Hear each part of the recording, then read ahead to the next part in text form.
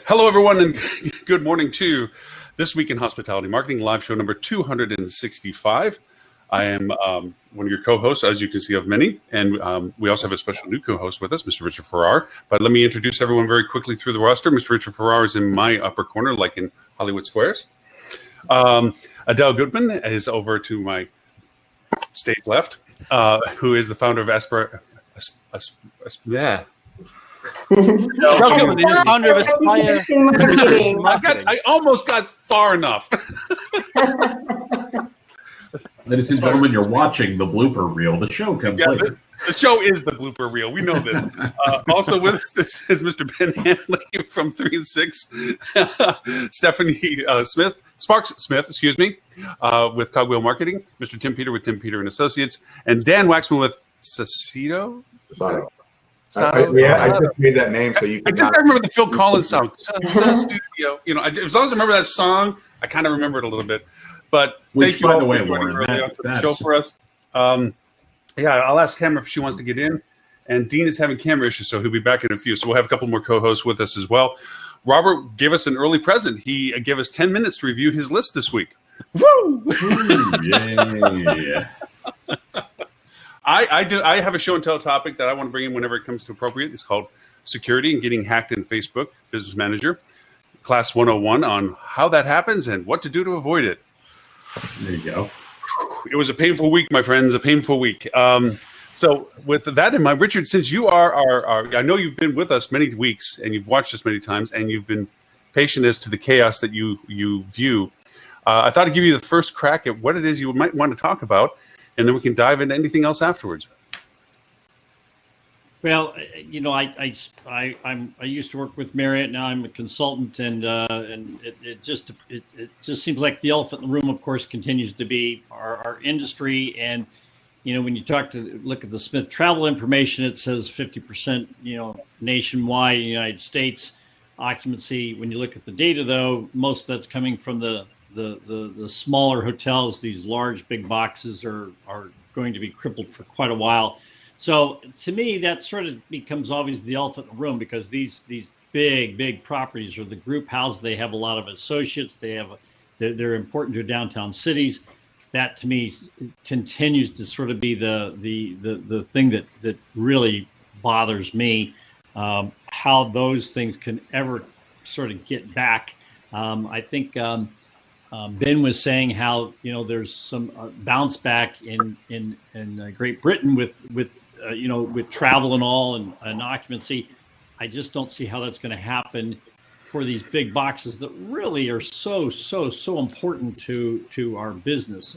So that to me becomes the thing that bounces around. I know that you guys talk about a lot of things on here and jump around a lot. I think it did appear a bit in Robert's note that came out 10 minutes ago about, again, how, you know, the winners and losers are it looks like size matters and location matters a lot.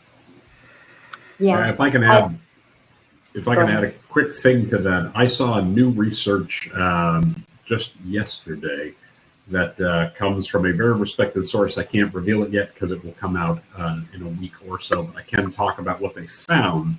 And they were talking to people who travel for business and when they thought they might be traveling for business again. And the numbers were Q1 2021, the number was 6%. Q2 2021, the number was 8%. Q3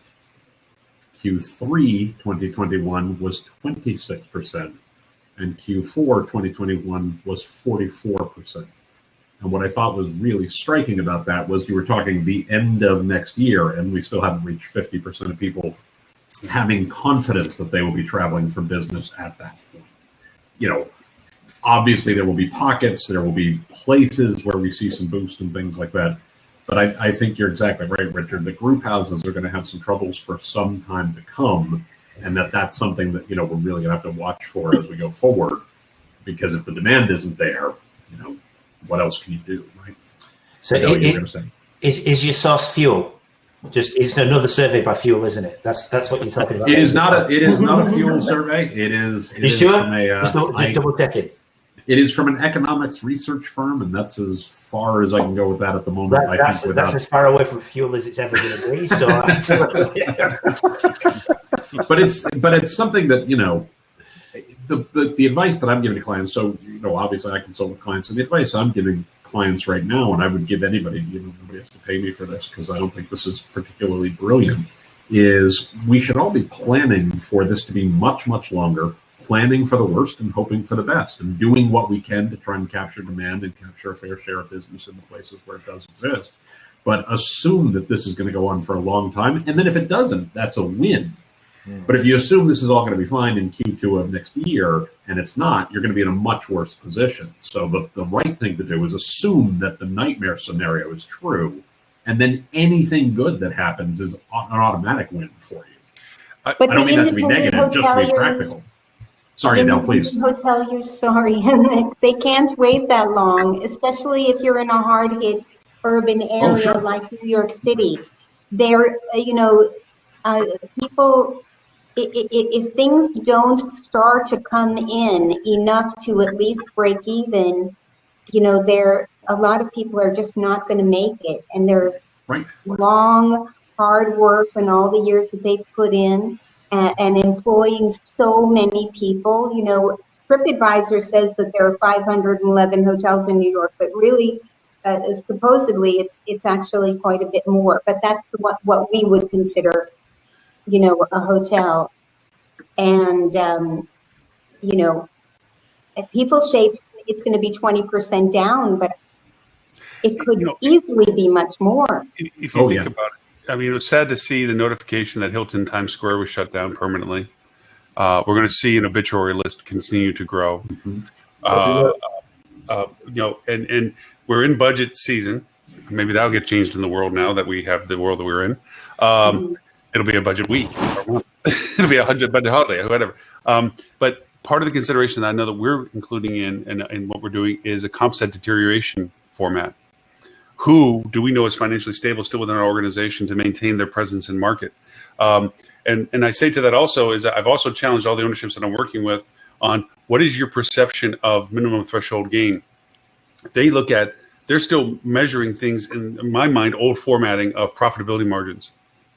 I got to say, right now, I think it's more of survivability options and margins as to what is your base threshold of operational capability. What are your lesser degrees of, to quote the Matrix, we can survive at lesser levels of living. You know, what is it that we're doing that we can survive at to maintain not having a dead box sitting on a corner of a street?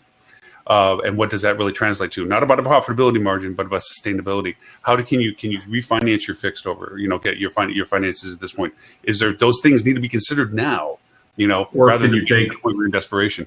You know, one property owner that I know has already committed to the fact that they are taking and again, I can't say who this is at the moment, but they are taking the property out of service for most of next year. They are actually accelerating a capital reinvestment plan that they'd had scheduled for 2024. And doing the, you know, refurbishment of the property and you know, updates to the property now, because their belief is occupancy is going to be sufficiently low. They're going to draw on, you know, capital reserves that they have to do the refurb, to do the reinvestment from that perspective, in hopes that when they're ready to reopen the doors in a bigger way in 2022, that the demand will have come back to a place where it can actually pay that off.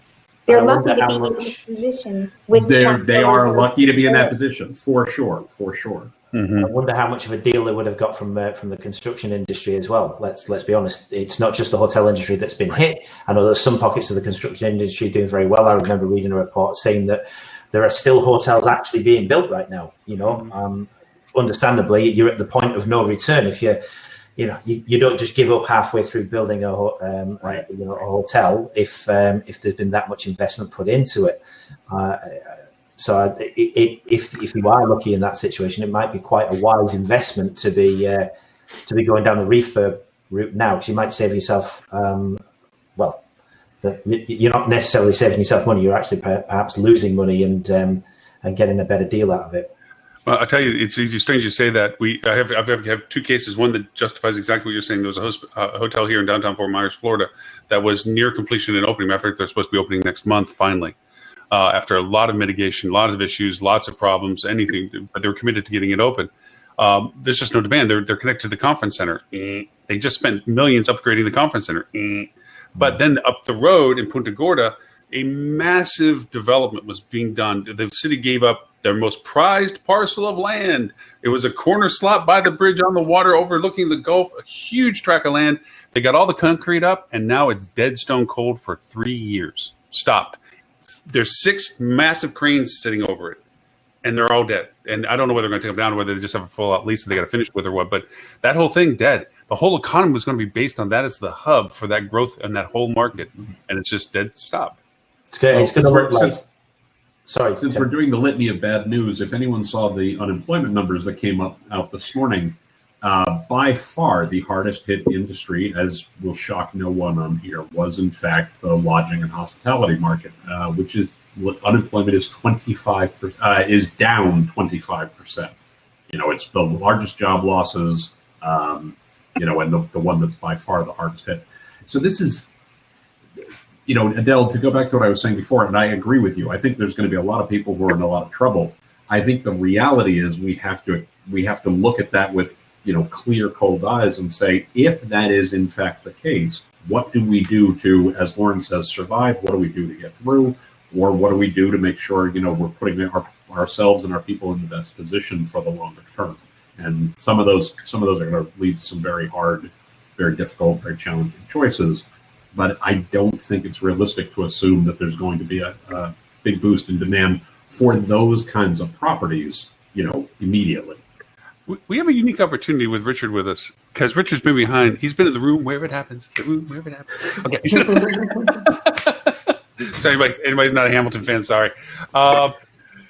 You've been behind those You've been behind those high-level discussions back in the day when things hit, when 9/11 hit, when 08 hit. And from a Marriott or any brand perspective, you can generalize it, I would say, but what kind of level of discussions are going on back there that are like, how is the long-term play of this? What is the scope of what they're considering in that process that says, okay, this is our forecast, this is the reality, what are some mitigation things that we can start planning for now? What are some bricks in the stone that we can start building with?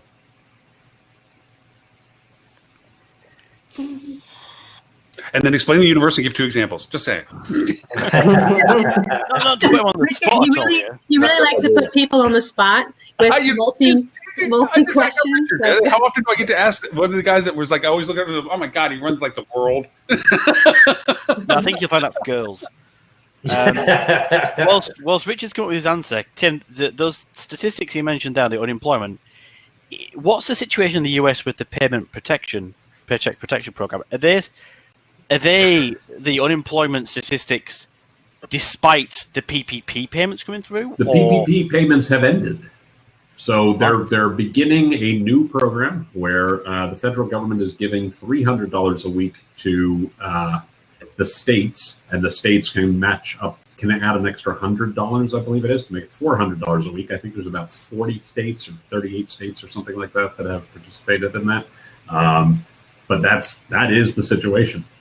Have you know that the PPP is a great program? We have a gentleman down here that owns a metal sheet roofing company. Bought a $700,000 catamaran boat, a $1.2 million house, straight from the account that he put his PPP money in. Matter of fact, it was the only money in that account that he pulled it from. So the feds are kind of talking to him. Look, as they rightfully should. Right. A man's got to live, and who can't live without a $1.2 million yacht? I mean, I know I certainly couldn't. Where would you put it? I'm sorry. Go ahead.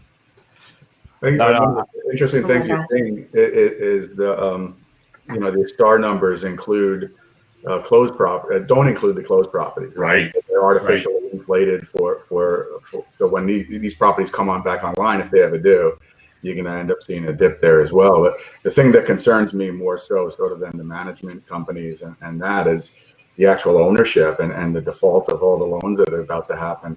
I read an article recently that said the CMBS loans, which back a lot of the hotel loans, is looking at a default rate of something like 39-40%. So that's where you're going to see the pain.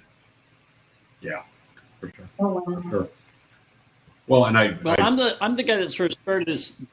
I'm the guy that sort of started this downward conversation. I didn't mean to be the doggy downer. I guess to try to be more. Try to be more positive about it is that I think the 100-room hotels, they still need help. But to me, if a think tank like this can try to figure out how, marketing and digital and all that can try to not fix, because if you're a 1,000-room hotel, you've got a lot of rooms to fill. But I think there's some Four Seasons that are talking about they're trying to do a lot more of those small weddings. Certainly, it's probably a lot more work for 10-person weddings than 100-person weddings. But those are the things that I think that everybody's sort of got to figure out. How do you move into this other world it's a smoke and mirrors or glue or tape or gum kind of solution. But that's where I think, we, or at least as a consultant, that's my job, to try to help people try to figure out how do you get to that so you can at least make your payments and keep a few employees on and things like that. Mm-hmm. Well, the first thing I make a comment with everybody is, if it's only 50% occupancy and 50% survivability, I want to be on the side that lives. So if I have to take business from everybody else to be that 50% that survives by having taken somebody else's business, then that's part of our strategy build is where can we take business from those that might be taking business from us or competing with business for us, I would say.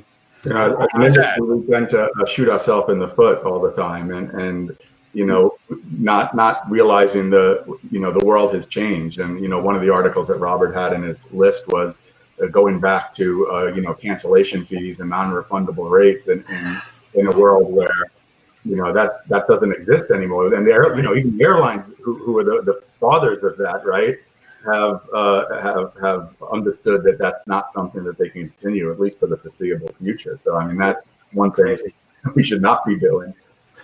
Mm-hmm. Yeah, IHG is ending their flexible policy, and they're going to start having prepay non-refundable and mean it starting October 1st. I wonder if they're going to see less occupancy then. and I was going to say, I bet there are a lot of franchise sales folks right now who are making calls on a lot of IHG properties saying, hey, guess what we're going to do is keep giving guests flexibility because it's the right thing to do. And I think there's going to be a lot of owners who are going to say, talk to me more about this, because this sounds like something they're trying to do for one set of their ownership who's upset about the fact that they're losing out on those fees. But there's a far bigger set of ownership who's like, I need to put some heads in beds, and if I don't give guests flexibility, they're not going to come here. So, but they always have the option of simply not offering a prepaid non-refundable rate. They can just offer one rate only if they want to, the best rate of the day, and that's it.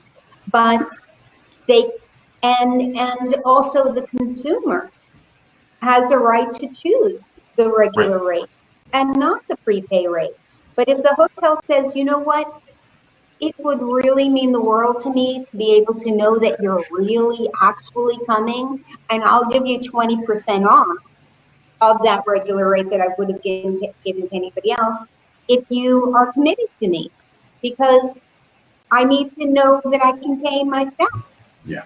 And so it's up to the consumer to choose what rate plan and what the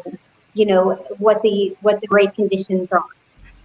Mm-hmm. And as long as we're communicating authentically. I think they're trying to elongate that booking window. We've seen these really, really short booking windows, right? So they're trying to incentivize people to book a little bit farther in advance, so you're not sweating bullets on day of wondering if you're going to pick up 5 rooms or 50 rooms. It's been destroying most of our hotels operationally, because we've gotten into a routine where you just expect a lot of same day pickup, but it's really a hard thing to manage at the hotel. So anything you can do to spread it out, get them on books a little bit sooner is a great idea. Again, this is the consumer world that we're living in now. This is the choice that we've given consumers, and to change it again so soon whilst this is going on, it's a risky move.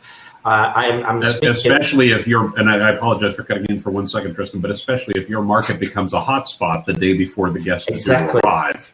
Right. The exact point I was just about to make. Over here in the UK, we've had huge scrambles of people who've flown out of country. They've gone to France, and then the government has said, Monday, France COVID cases have risen. So Monday, you're going to have to quarantine for 2 weeks when you come back.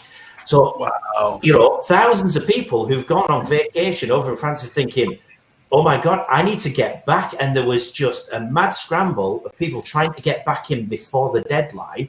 So that people could go back to work and not miss, and actually miss the 2 weeks quarantine that came in. It's so there's not a cat and hell's chance if you're then gonna say, like take France for an example. You say, we're gonna have non-cancelable policies. Good luck. We're not going. See you later. If I were in, let's say, Myrtle Beach or one of those locations that is, really attracting a lot of visitors and getting up to 100% occupancy weekend after weekend, do you really want that to collapse just before and have, and lose, 10%, 20% of your reservations at the last minute? It would be nice if you're in that wonderfully luxurious position that very few hotels are in to offer that.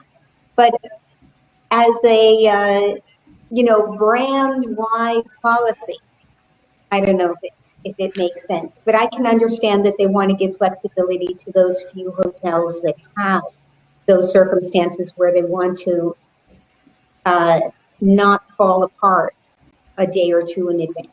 Which I fully understand. I just always go back to, if you do what's right for the customer in the long run, you're putting yourself in a better position. And if you're doing what's right for the operational stability of the hotel, and when I mean operational stability of, we're going to lose a couple points or 10 points on this night. And this is going to be unpopular with a lot of people who watch this show, I'm sure, because I'm incredibly sympathetic to the realities you're dealing with. But you have to do what's right for the guest in the long run, because that's how you're going to build a sustainable business as we live through this period. If it's, at the end of the day, I agree with you completely. Yeah, I mean, that's the place where things get back into a very, and it's a tough choice, right? It's a very tough choice. If it is the difference between you paying your mortgage and not, obviously do what you have to do to pay your mortgage. I don't want anyone to misunderstand that. However, once you know you can pay your mortgage, then you got to do what's absolutely best for the guest, because that's the only way you're going to put yourself in a longer term. Yeah, and I also agree that it's just too soon. Yeah, it's simply too soon. So, in taste of what might eventually be coming up in the future between Dean Schmit and Stephanie Smith in the Battle of the Metasearch discussions, we might actually have a special event for this. I'm actually thinking we should have a special event for, and in this corner, weighing in. The Rocky music. Dun, dun, dun, dun, dun, dun. Yeah, just saying, it's going to be a fun one. But there was a point that was made of it that I would like to ask, because I do have Richard with us and Stephanie Force, is the brands missing an opportunity by not expanding on their points, rewards, points, incentives, points, values? Stephanie, you made the point that the corporate traveler or the points-driven traveler is not really traveling. Okay, and there is it's valid point, of course. But by the same token, it is a tool that nobody else has, and that is a reward-value relationship that you can expand upon by having that with them. Is brand having the possibility that maybe by saying, do this and we'll give you an extra, we'll double your points or add extra, because that function, I'll tell you honestly, right now in one brand, not Marriott, but in one brand, doesn't exist. You can't do that unless you're a new opening hotel, that you can do points bonusing, unless you do it as a package, which makes it really painful because anyway. But so what do you all thought? Is that a missed opportunity, or is that just something that just doesn't seem like it's a useful tool? I guess I'll have to give it some more thought. I will say what I have seen from on the point side of things is the redemption rate for a lot of those hotels in those destination markets. The redemption rate for, using your points has been higher than normal.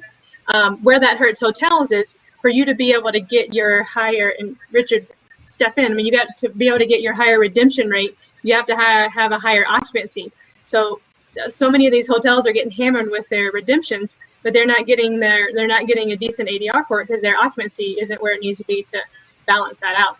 Right. What do you think, Richard?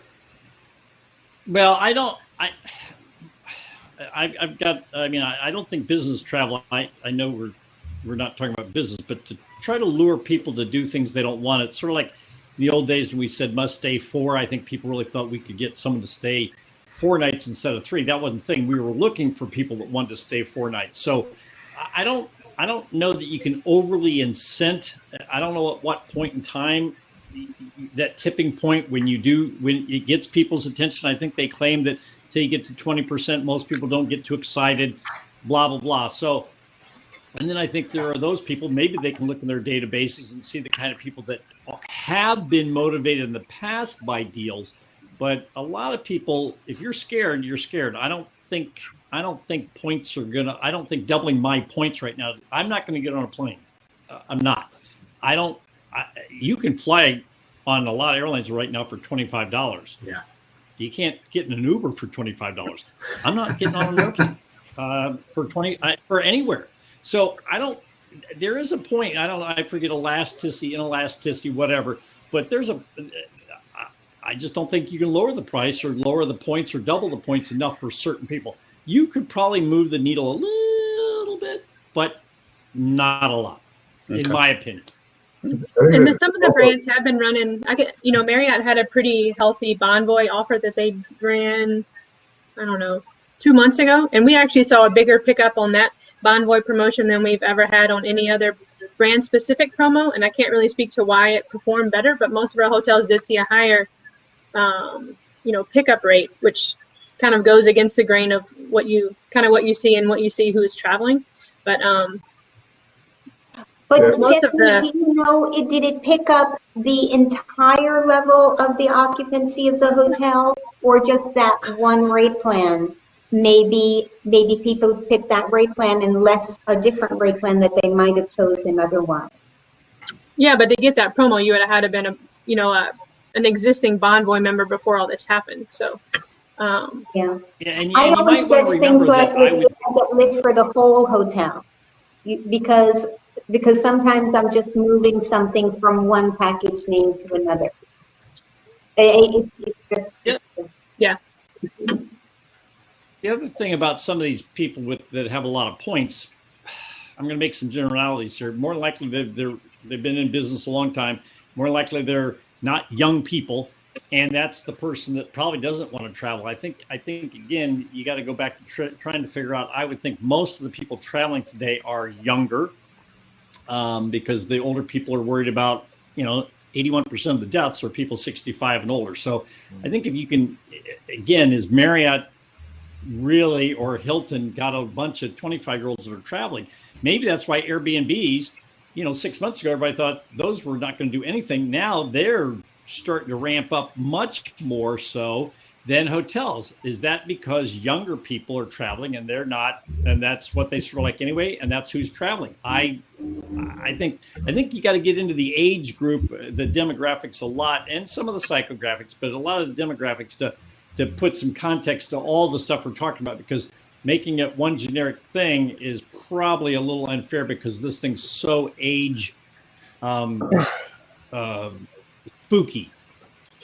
So I know that the math probably doesn't work on this from the brand perspective, but it might be a good opportunity to build brand and build loyalty, to go back to these, the people who have the points and give really good redemption rates. So I'll give you an example. I'm in New York now. When I get out of quarantine, my plan is to book a hotel. I have a ton of IHG points.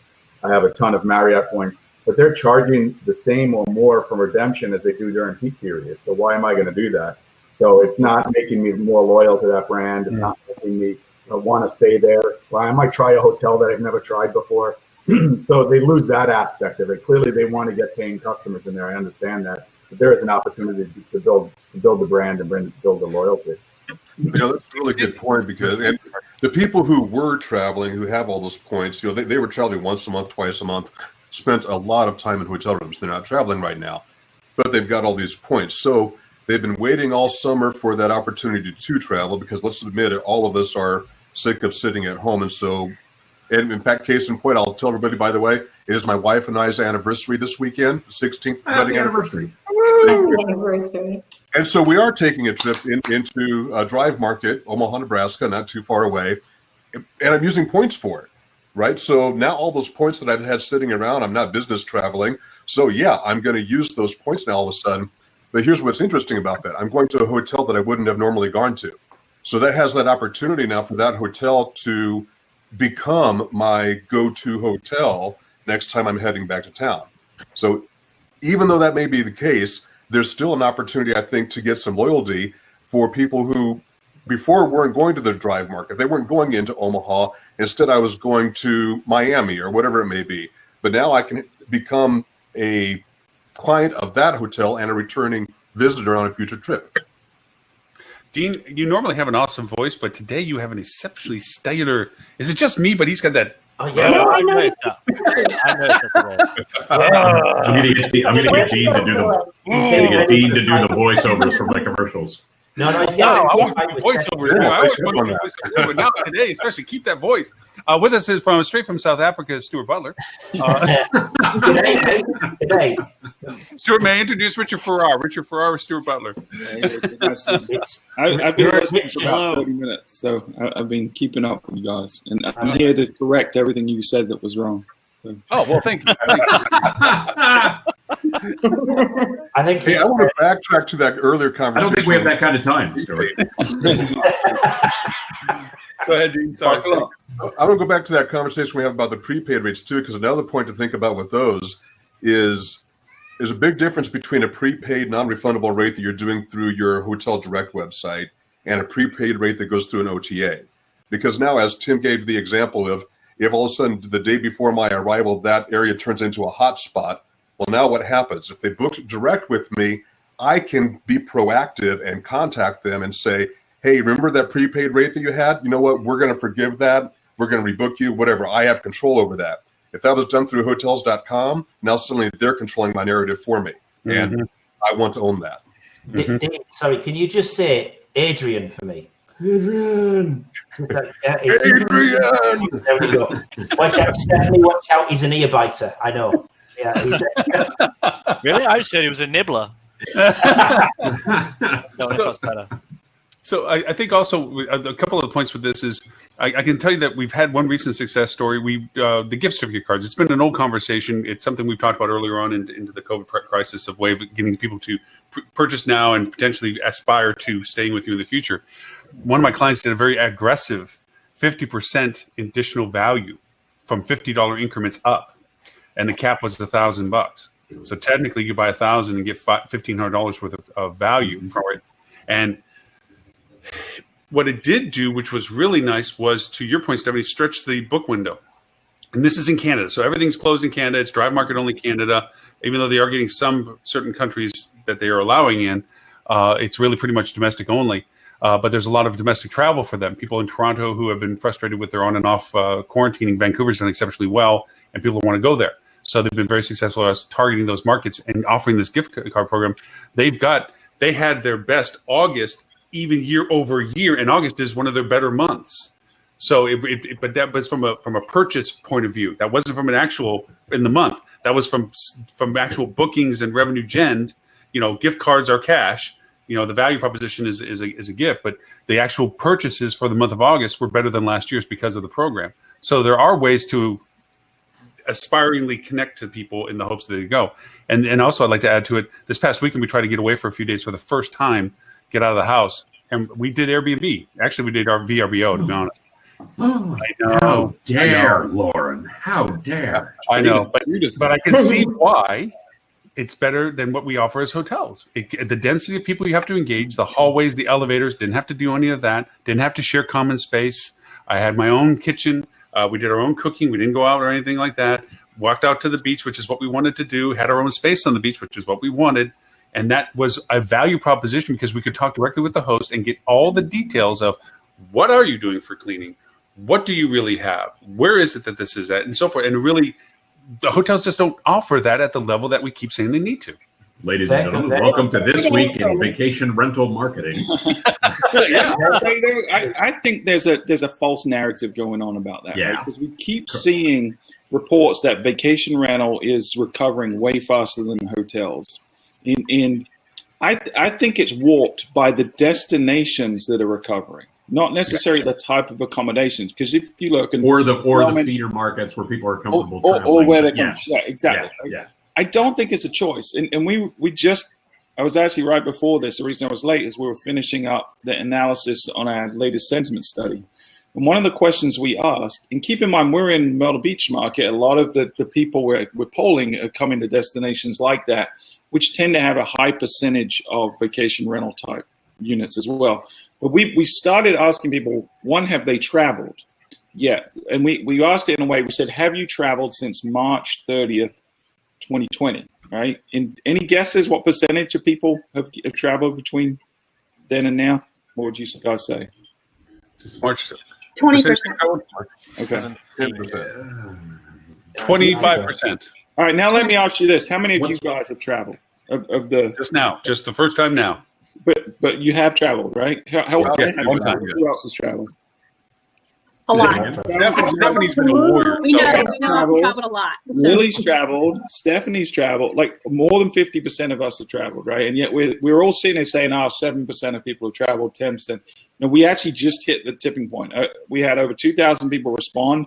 50% of people that responded, is self-reporting study, have traveled since March. So we're getting to that. Say that again, Stuart. 50% of people have traveled since March 30th. How do you define travel? Is it just overnight stay? That was the question. Have you traveled? And then we broke it down and said, what type of accommodation did you travel, and what was the reason for travel? And we broke down the reason between things like I just needed a vacation or a break or a funeral or wedding. There was a bunch of stuff. So that report's going to come out next week and break down. But we asked, what type of accommodation did you choose?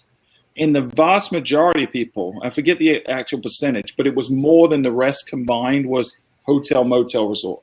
Vacation rentals was a lot smaller. So I think what we're seeing in the data is that because Expedia and folks like that are saying, well, we're seeing more growth relative in vacation rentals than we are in hotels, it's more of a situation of there's a lot more density of hotels that aren't seeing recovery. So as a statistical percentage, it's going to look like it's bigger than it is. But I don't. It's the big increase in vinyl sales. Correct. Right. Small number, big impact. But and I agree with you on that. Sure. And I think also too, with that being said, definitely with the statistical numbers and the destination, beaches down here are gold. That's gold for any drive market for us right now is gold. They're not going to Midtown, no place in the middle of nowhere to go get away from everything. They're going to someplace they can do what we did. But well, I don't know. Some people are going to small towns. We're seeing the number of people that say they are intending to travel in the next 30, 60, or 90 days. Small towns is up there, right? It's right below beaches. Cool. Cities are waiting. There's no beach near Grand Junction, Colorado, and this whole town is up substantially year over year for the summer. Yeah, a lot of small towns are up. Yeah. It's really interesting. And going back to the conversation earlier that I was listening to about the younger folks that are traveling, not everyone on the call knows this, but my son took his first step into hospitality this summer. He's 14 years old, so just old enough to work in South Carolina. So I kicked him out of the nest and said, you need to go earn your living. And he, at 14, right, that's what we do. So he worked as a pool attendant at a local resort, a large resort, like a 400-unit property.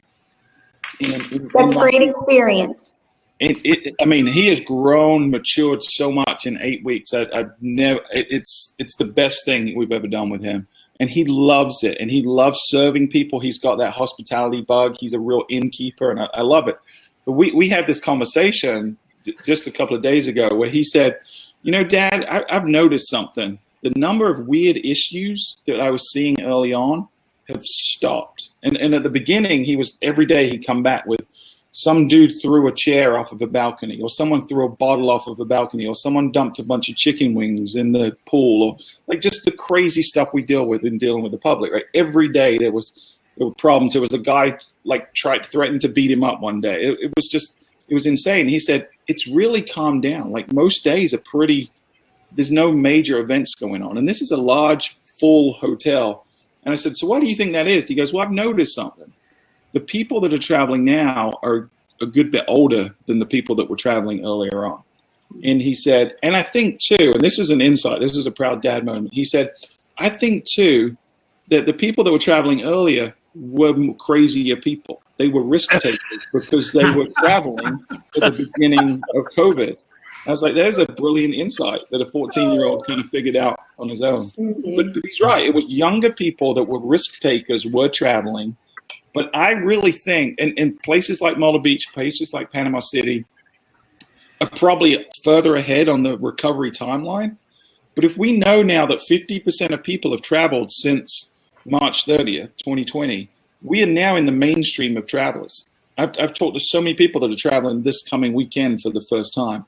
I think we're getting back to that point where travel is not such a fearful thing that it was. People are realizing that places don't spread COVID, people do. And if you travel responsibly, you can have a great vacation as long as you don't go and be crazy and do the things you used to do prior to COVID. So it gives me a lot of hope, I think. I say that really just as a optimistic look at the future. And we're seeing a lot of markets beginning to pick up.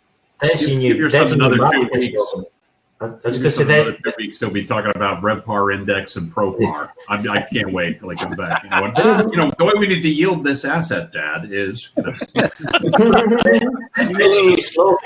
your marketing. If you want to get out there, places don't kill people; people do. That's it. I love that. That's the insight for me. Yeah. No, but I also, as a caveat to the whole Airbnb, VRBO, and all this other stuff, their Achilles heel is their cancellation policies. They're brutal.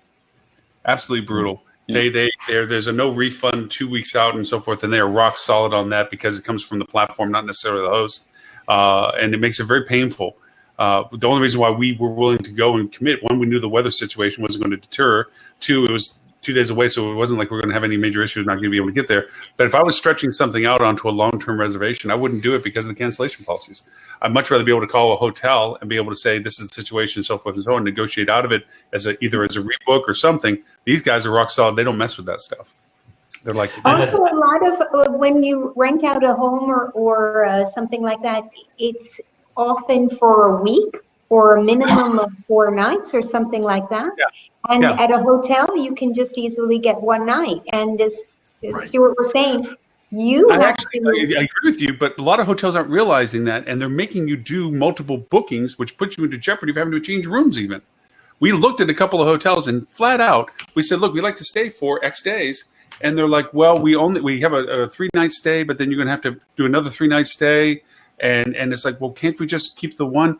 Well, the likely is we can keep you in the room, but we're not certain. Whoa, if I'm unpacking for 3 days and I clean the place that I'm safe in, I don't have to shovel it all up and move to another room. There's no reason to make it more difficult than it needs to be right now. I think a lot of hotels, they should have adjusted already a lot of their policies, but they shouldn't be putting more restrictions on people. They should be giving people choice. For example, housekeeping is one of those areas where we see a spectrum of preference, right? And everyone's different. Some people don't want any housekeeping. They don't want anyone coming in their room. Some people want extra housekeeping, So it's about understanding each individual guest and what their specific needs are, and then catering to those. But it's not about putting arbitrary hurdles or friction in the process. That's just going to happen. And hoteliers and hospitality professionals, that's what we ought to be able to do. Right? We ought to be able to, how do you serve the needs of the guest? Yeah, on that, guys, that's great. Definitely we want to serve the guests, and we're all about doing that. But the problem that we've got with a lot of these hotels is resources. Again, you go back to the original. You don't know whether people are going to cancel.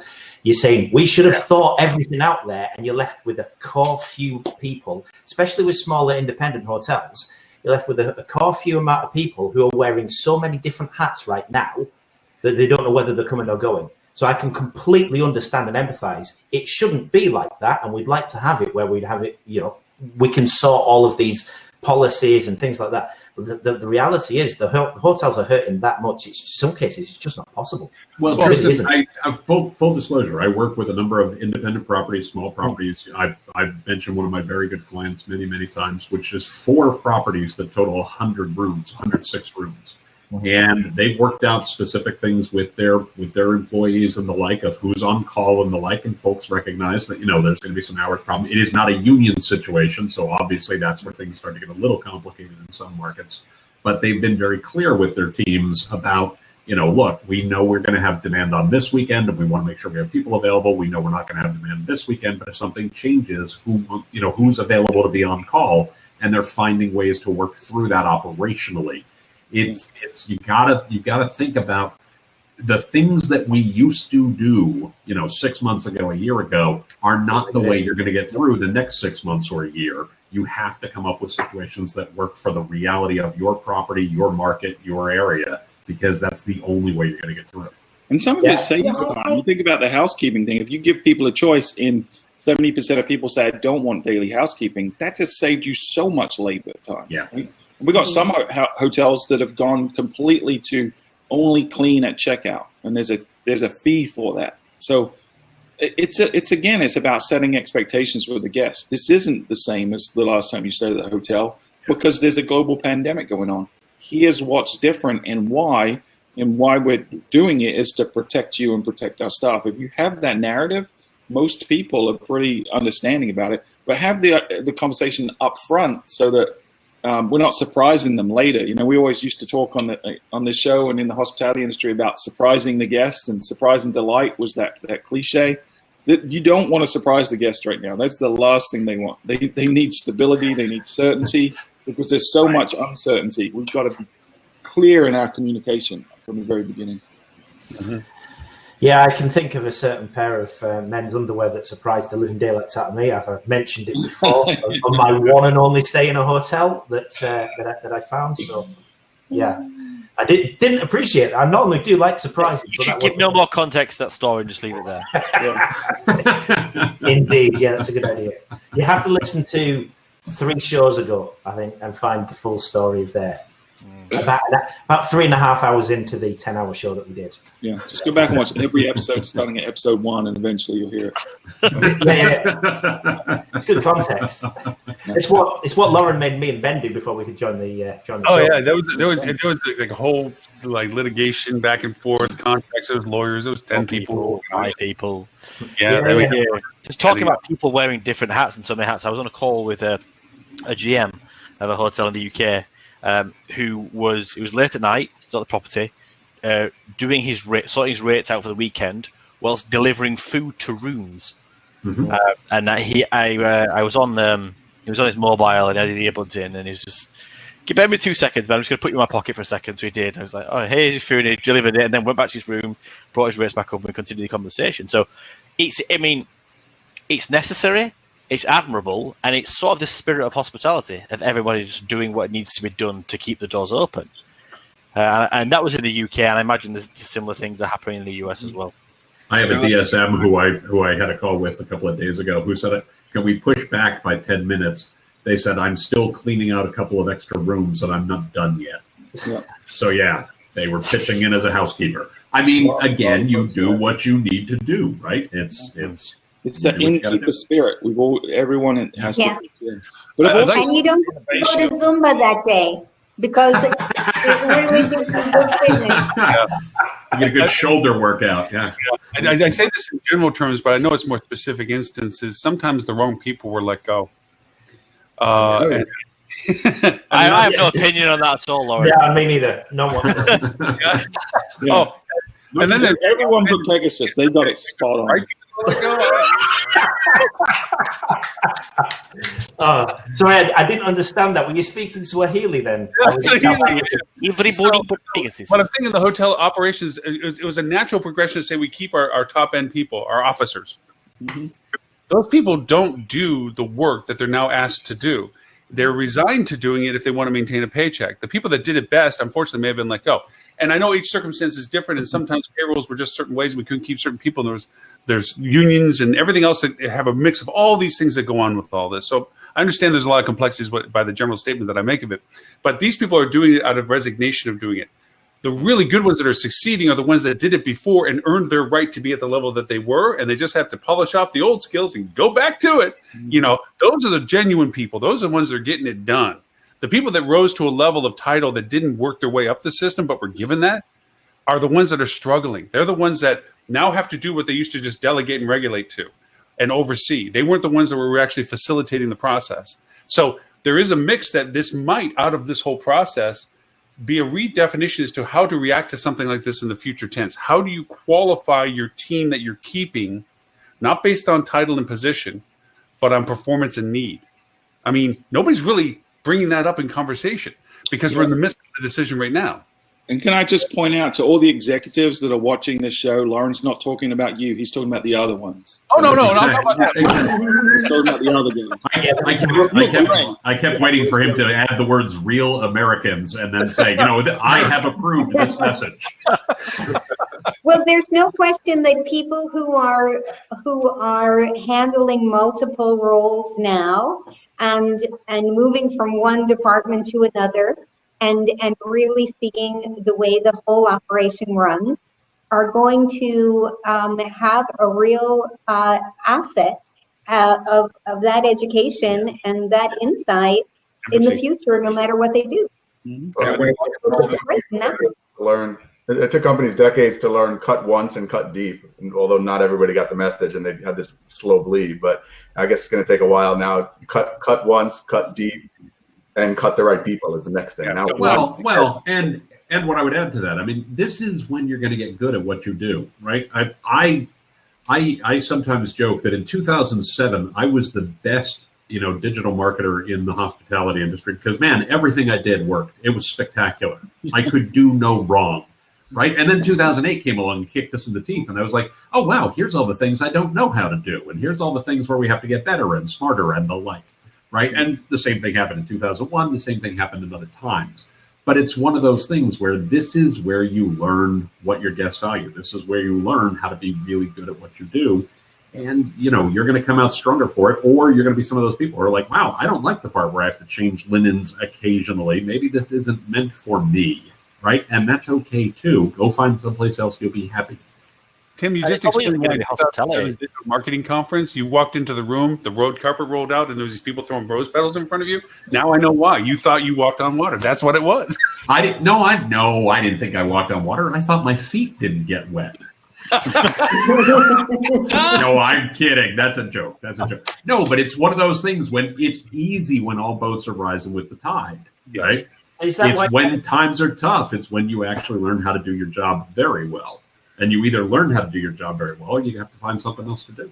Yeah, that's why you went into consultancy, right? Yeah. 2011, my friend. 2011. Yeah, there you go. Hey, I'm going to expand Tim's statement. Got over the hump and then decided. When he said, who'd you quote that said, when you built the ship, you built the shipwreck? I mean, I know Stuart loves using that. Paul Virilio. I'm going to add to it that ships are good in the water, but not with water in them. So by the same statement, all the boats that keep the water out, they float when they go to the top. These analogies are getting too much, man. Like I can't follow boats and Tim's feet, and it's just too much. I know, right? There's a lot of water going on here, and nobody's mentioned about it flowing under bridges yet. I'm sure that's going to happen. But it's going to come, and there's going to be some oil on it. There's going to be some oil on the water, and there's going to be... Whatever. I was going to say, Tim, we're talking about people doing different roles, and and Adele, you were talking about a role that you're then going to be good at. If you're the kind of person who doesn't want to do a role because you overtly or privately think it's beneath you, hospitality probably isn't the right industry for you. That's exactly right.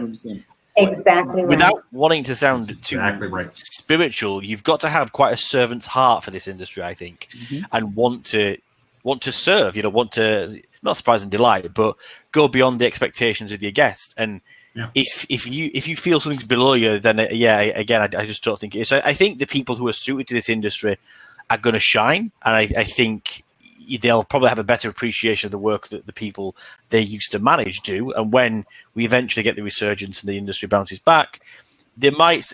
I'll tell you what, have another break, have a longer break, have a longer lunch, work slower. There's some more staff. Yeah. When when the owner of the Library Hotel Collection, Henry Callan, hired me 20 years ago, he didn't say, Adele, you're going to be over sales and marketing, and I want you to, make sales calls and do this and do this and do the other thing. He just said, hey, this is our business.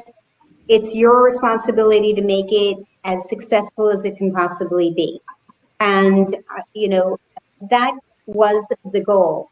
And that gave me complete freedom to say whether I needed to make sales calls or I needed to focus on the guest experience in order to be a magnet for new business, as opposed to begging for new business.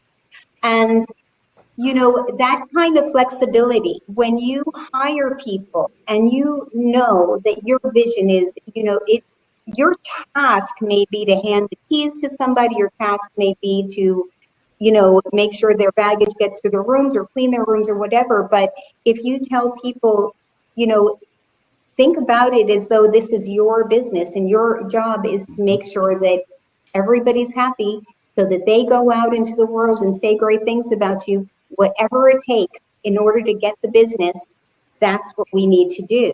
And if you hire the kind of people that say, yes, that's what I want. I want to do the right thing for the guests so that they are super satisfied and they'll tell all their friends, they'll go online, etc. Then you have no problems because they're happy to do other things because that's where their heart is. And you're right. If you don't feel that it's an honor and a privilege to contribute to people's lives, to make people's lives better, people have had a rough time, they need a break. This is a big relief from all the stress of this virus and quarantine and lockdown situations all over the place. They want to connect with people they love. If their heart is in the right place, you call it a servant's heart. I just call it trying to be nice to people, kind to people, making people happy. You're not going to have any problem. People are going to be happy to move from one thing to another, whatever it takes. That's the attitude everybody should come into the hospitality business with.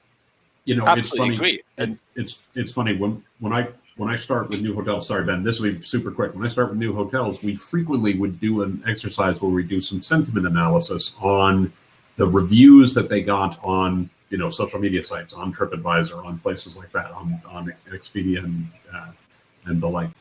And the number one thing that comes up again and again and again, both positive and negative, is staff, right?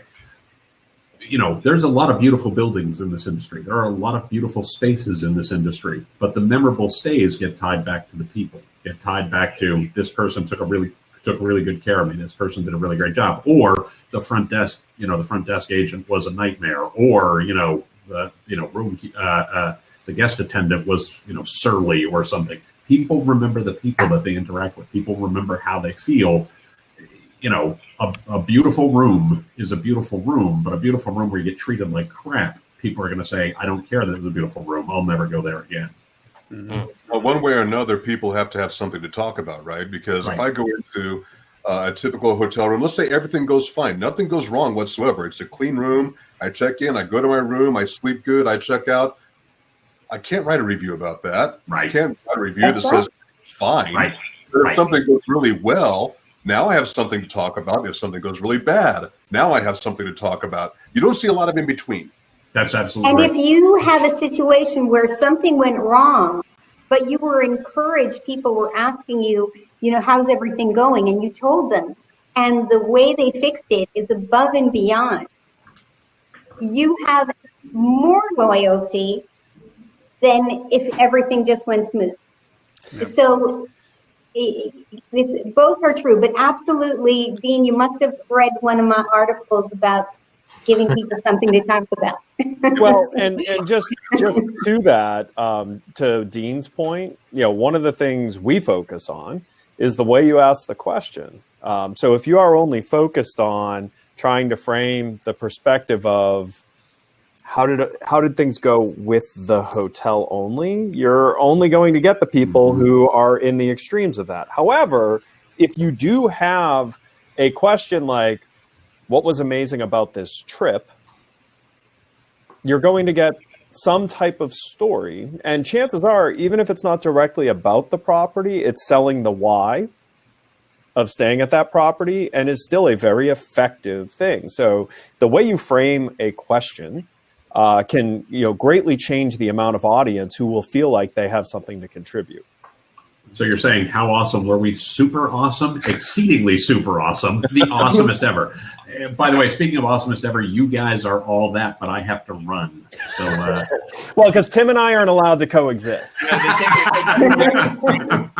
The agreement we made with the NSA was that we would not be in the same spot for too long. So. Oh, I thought you better deal with the devil, not the NSA. Well, you mean Lauren? The deal with Lauren? Yeah. The deal with Lauren. Yeah, Mr. Tim. People want to know more about you and your amazing, excellent podcast and everything that you do. Where is it they can find you, sir?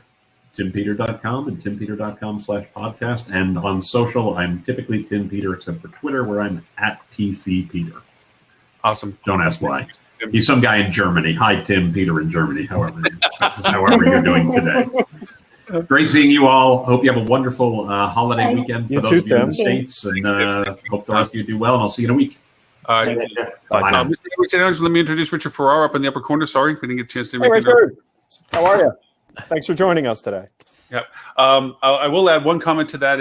From when I used to open and run restaurants and so forth, I used to run the divey bar that had peanuts shells on the floor, and the beer was slightly warm, and the place was kind of shambly and a little dusty maybe from time to time. No matter how much you tried to clean, you had that little bar tackiness on it, and we were packed. And I had so many people try to compete with us where they built super spiffy, nifty, clean. They had TVs where I had maybe like a TV, and nobody could really see it unless you're sitting at the bar. And yet we were always packed because the people, the team was what made it. The people, authenticity, knew the server. You sat down at a table, your drink dropped in front of you. It wasn't because you had to ask for it, because we knew what you wanted, and we knew what your family was doing. You knew whether, and all these other places were sterile, if anybody remembers Bennigan-esque places that were, you walked in, they tried to act like they were like that, but the team wasn't alive. They were a machine. Hi, welcome Bennigan's. What can I get for you today? They were just automated. And that's, to your point about people, that's what makes the story. Not the fact, as Dean said, that it's a clean room. Hey, it's a nice place. Great. No event there. But if you're talking about, you wouldn't believe when this happened, what they did. Or when they went and I went into, this is what they did for me. Those are the stories that people love sharing, especially when, at Adele's point, something was wrong and you went and fixed it so well. That's the story. Yeah. Well, and I mean, how many times? It's never the employee's fault. If they're being robotic, it's our fault. We're there to support and coach the team, right? We're there to make sure that they're functioning and giving their optimal performance. So if we're not giving them the coaching that they need and the tools they need and the information they need and the inspiration that they need, then it's completely our fault. Either we didn't do all of those things or we hired wrong. And pretty much there's one thing that I found that almost always works. If they're not sparkling sunshine on you in the interview, if they're not trying to be people pleasers to you, they're not going to do it for your guests. This is a critical moment. If there's ever a moment that they're trying to please somebody, it should be at the interview. If they're grumpy, if they're not smiling, if they're not trying to give you what you need in terms of answering your questions, it's not going to happen later either. Forget the resume. It's not on the piece of paper. My team. Steph, you're going to say something? At Marriott, we used to open. Go ahead, Rich. I'm sorry. We used to open about 125 to 150 hotels a year, Courtyards, Fairfields, whatever. So I'd go to a number of the openings, and this is sort of somewhat pre-TripAdvisor, but whatever. And I'd get up and I'd try to help the staff understand how important they were going to be to the hotel. And one of the stories I'd give is that I'd sort of say, how many letters do you think Mr. Marriott gets a year? And, people guess all kinds of numbers. Well, it was about a little shy of 500,000 letters a year. And I said, how many of you think are commenting about the wallpaper and the carpet and the chandeliers? I said, no. Almost all of them are talking about you people, the people that you're the ones that blow life into this building. You're the ones that make it come to life. You're the ones that they're going to come back for. So I when we do get away from the idea that we need hospitable people, whether it's 2 years ago or 2 years from now, I still think that's going to be mighty, mighty important. I always tell the story, too, that Mary and Joseph went to an inn 2,000 years ago. Someone screwed up the reservation. That's how they ended up out in the stable. Well, we really haven't changed a lot in 2,000 years. We really, really haven't. And if you think back, Ford Motor didn't exist 2,000 years ago.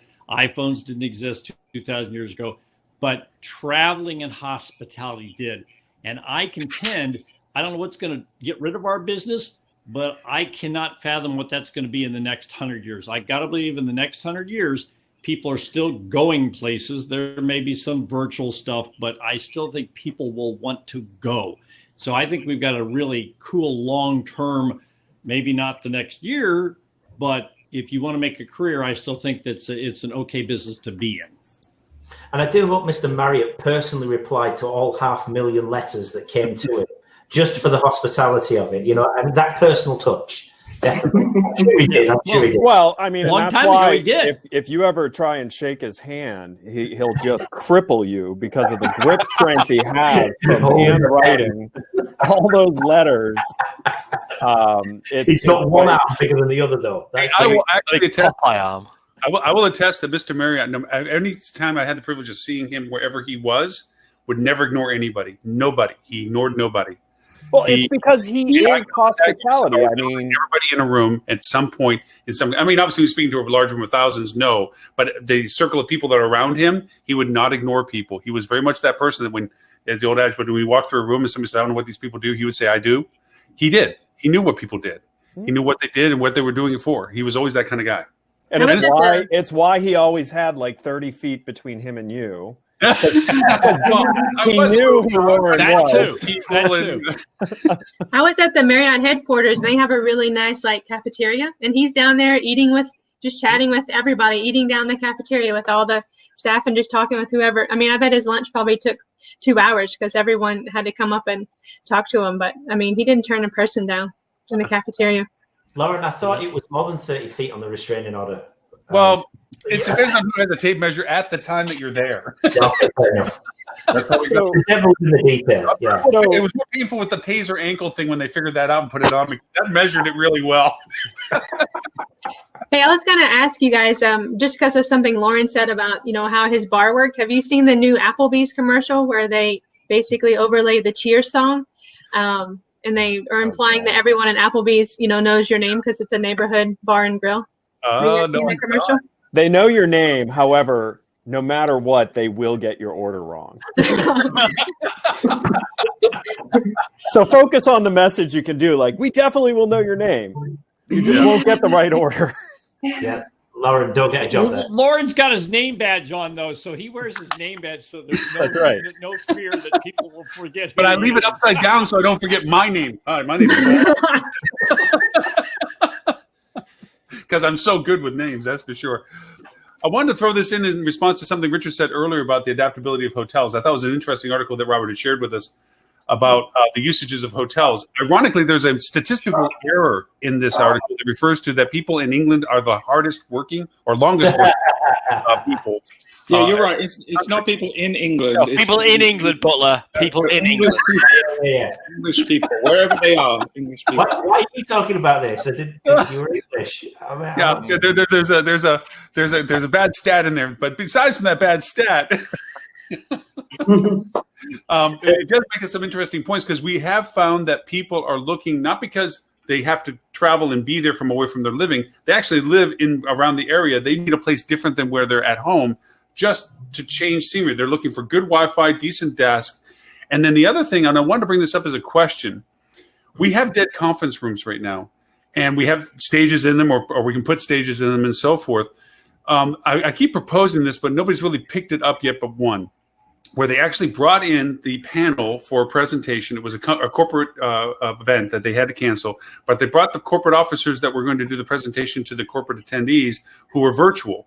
They had a handful of people that were from the corporate office in the room, well-spaced, totally distanced, but they put the panel up on the stage with plenty of space, podium way off to the side, presentation screen, and they put the camera facing them, and then did their corporate meeting as if it was an actual conference where people were in the room. The perspective was from the room perspective. They could see the slide deck on a separate screen. It was a different push.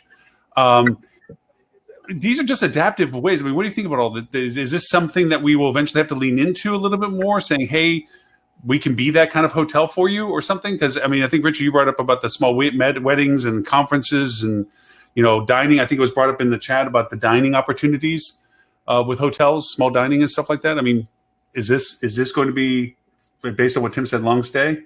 Yes, I agree. The English are the hardest working.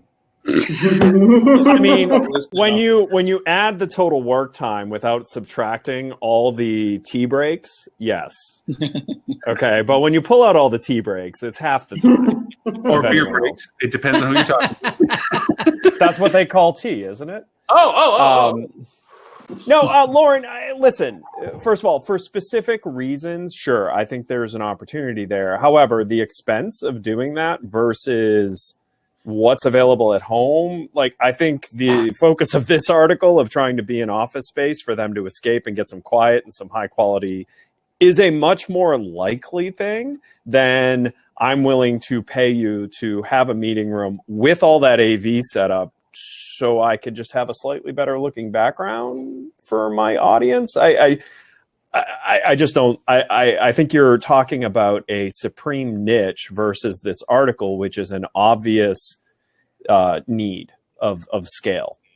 I do think someone's going to get the hybrid version right, where some of the people will be on site, some of the people will be off site, and I guess that's a use case that would work. Where you have the option, you can attend it live and it's this cost, and or you can attend digitally and it's this cost, and you still have that event. So that might be a good use case. Well, I mean, to your point, eTourism Summit from Connect Travel is doing a hybrid event on October 1st here at the Lowe's Royal Pacific that will also have all the sessions and everything will be hybrid. So you could either have been there in person or, attend all the sessions electronically.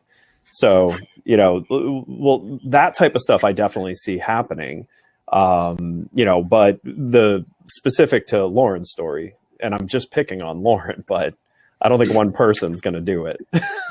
No, you're right. Well, sort of a sidebar to that. I don't know if you saw that REI, the I guess the outdoor sports folks or whatever you want to call it, equipment, I think they've shut down their corporate headquarters. Mm-hmm. So they've said people can work from home. They've been working from home. We might as well shut this baby down. So now their big dilemma is, how do they rally their troops in a setting on occasion to sort of get that camaraderie every 6 weeks, 6 months, 6 years, whatever. So I think there's lots of things that this COVID thing has done, whether it's what we were just talking about, or these businesses find out, hey, we don't need everybody all in the same room, except occasionally. And then what's that really mean? What's that interaction look like? And maybe that's got all kinds of ramifications to our industry directly or indirectly, business-wise, or just the way we work. I mean, again, Marriott headquarters has got 3,000 people in it, or did. It's probably got 300 now. But I mean, all these things are pretty open for what's going to happen next. Well, and I think it's going to bring a new demand to small meeting. So you're going to end up, as the workforce distributes inevitably, right? Like, so Silicon Valley, a lot of those big players have said you can work from anywhere now. Those people are going to end up still kind of clustering in areas. They're going to make consumer decisions based on, the profile of who they are, and they're going to be similar to other employees. I think you're going to see lots of small meetings come from this distribution of the workforce. I think you're going to see that with more frequency. And this is where I think, these hotels that have maybe only a boardroom or, a boardroom in another small space may actually see a good amount of demand for usage of that for, small employee team meetings, things like that. And then I do think it will have a effect on, larger annual company meetings when big meetings can come back, is it's going to be needed even more now. And it'll probably be longer duration, because normally big company meetings also had a customer component to it. Now you're going to need multiple days just for your staff to be able to, see each other, because you may have departments spread geographically to where they can't meet easily. Also, what I'm hearing from some people is that they're wanting to bypass Big Brother because they're using the corporate communication platforms. Everything's recorded. Sometimes they want conversations in what they're doing that isn't necessarily always by attendance or audience from other people. So there's that possibility. Just to let everyone know, in the chat, we've been talking about the fight of fights today. Ding, ding, ding. Because we it could have been next week, but it's going to be now. It's happening now. The gauntlet's going down now. It seems that Stephanie has the idea about towards Metasearch that isn't exactly in alignment with Dean Schmidt's idea of Metasearch. So we have a great polarity of discussion that I would love to bring into. I don't know who's the home field advantage. We're going to give it to Steph. We're going to give Steph the home field advantage. Okay, Dean's going to be the visiting contender to this. And if we could, Stephanie, if you could, you made this article and it has some great points to it. Not everything's bad about it or good or anything. So please tell me your contention to things, and then we'll let Dean have at it, and then we'll just chime in and have our own weird perspective on it. Okay, so I wrote this article about Metasearch, and there's a couple of caveats I'll tell to the story. So I'll drop the blog that I wrote into the chat. But I primarily work with branded hotels. So Marriott, Hilton, IHG, they have a certain, at least those brands have a relationship with a third-party vendor where you can run Metasearch through these partners. And I'm hearing from a lot of owners, the brands are telling them, oh, you need to invest here, you need to invest here. But right now we don't have that much money. And me personally, if you're going to give me money to manage and you're going to say I only have X amount of dollars, then I'm going to look at it and say, where's the best place to put these dollars? And me personally, I would rather see those funds being invested in incremental revenue. And part of what I go through in the blog is how you calculate ROAS for a Metasearch. And yes, there are assumptions that are made that I'm sure we can have an open discussion about. How do you calculate ROAS for a Metasearch transaction? So in my personal belief, you should be going through and saying, if you're in Google Hotel Ads and you're already searching for a specific hotel, that's when you're going to find Google Hotel Ads, right? You're already going to be looking for a specific hotel and you're in their bubble, so to speak. If your own website's first and Expedia's there, whoever gets that transaction, I make an assumption that that reservation can either go to Expedia or it can go direct. So the difference in that, what you're making is what you save in commissions, not going to the OTAs. So what you should be calculating your ROAS on is your incremental profitability, not the total reservation value, the total revenue value of that entire reservation. So there's a lot of other, and then not to mention everyone's playing with Expedia promo, so you're out of whack and out of parity with probably half the hotels anyway. So you're throwing your money in the tube. But that's the premise of why I think that hoteliers need to think more strategically about how they calculate ROAS. With the caveat, there's a lot of different variables, whether it's conversion numbers, commission numbers that go into play and how you calculate that. So different hotels are going to come up with different math depending on what their value and what their rates are. And Stephanie comes out swinging with a low blow to the Okay. Well, Dean. And don't start with Jane, you ignorant slut. Don't do that. Don't go Saturday Night Live. So very good points, and I think that the biggest point of all of that too being the fact that no generalization that any of us make applies to everyone out there, right? Everything does have to be specific to the individual. Every hotel is different and so on, right? But now one of the first things I would bring up is the fact that we're making an assumption that if the consumer clicks out to Expedia or Booking.com or any of those other channels, that we're just as likely to get the booking as we were if they went to our own website. And while I can't give a statistic to this, we know that that's just not going to be true, because when they land on that OTA channel, they're presented with your hotel at the top of the list, along with a myriad of other properties that, hey, here are other places that can be booked. Expedia and Booking.com don't get paid just because they're booking your hotel. They get paid for a booking. They don't really care where it's at. So they just want to get the booking. So right away, we have to take into consideration the fact that you just might not get that booking versus actually getting it. So before we think about cost of sale and return, think about cost of not getting the sale as well as part of that. So we know that conversion rates are going to be higher as they come to your brand.com. Now, what exactly those numbers are going to vary quite a bit. Now, certainly if your conversion rates are really low, and I've seen these cases, say they're at a 3% conversion rate coming off of Meta, and that can be very difficult to optimize. And usually, though, if I see that, that means it's like a $800 a night hotel. but that has a longer sales cycle and people just are not as spontaneous. Typically, when I look at brands and have worked with many of the brands, their conversion rates are 10% and better coming off of Metasearch. So now you can really start doing some crazy things, and you're capturing that guest data. So even if they don't book the reservation, you have the opportunity to apply remarketing strategies. That's coming from a brand level, not a property level, of course. And you also have the ability to build what's called the Google audiences. So now even just from a Metasearch perspective, when they come back later on, I can bid more aggressively to them. You say they went to your website, they didn't book, but now they're shopping again. Now I really know that I want that person to book directly with me. And so it gives you a lot more options than if it were to go through the OTA. Alrighty. Stephanie. Yeah, I mean, and I think that's part of the problem. I work in the branded hotel space, so having them come direct doesn't mean that I get their, name and email address necessarily. That's going to go into, I might get reservation data, but from a branded hotel standpoint, it's not like, and there are tools that you can put them into the remarketing pool, but for the most part, if they put that conversion pixel in there and if they convert, then they get excluded from the data that you get to be able to remarket to them. Yeah. So while I would love to have all that data, at least in the branded space at a hotel level, that's not data that we're going to get. And I use the 5% conversion rate. The only hotels that we're working right now are branded, and I'm rarely seeing over a 5% conversion rate in this time period. In this COVID environment, I'm not seeing those type of conversion rates, and we have full service and select service hotels, and we're not seeing those high of conversion rates. But that would make a big difference in the ROI factor for sure.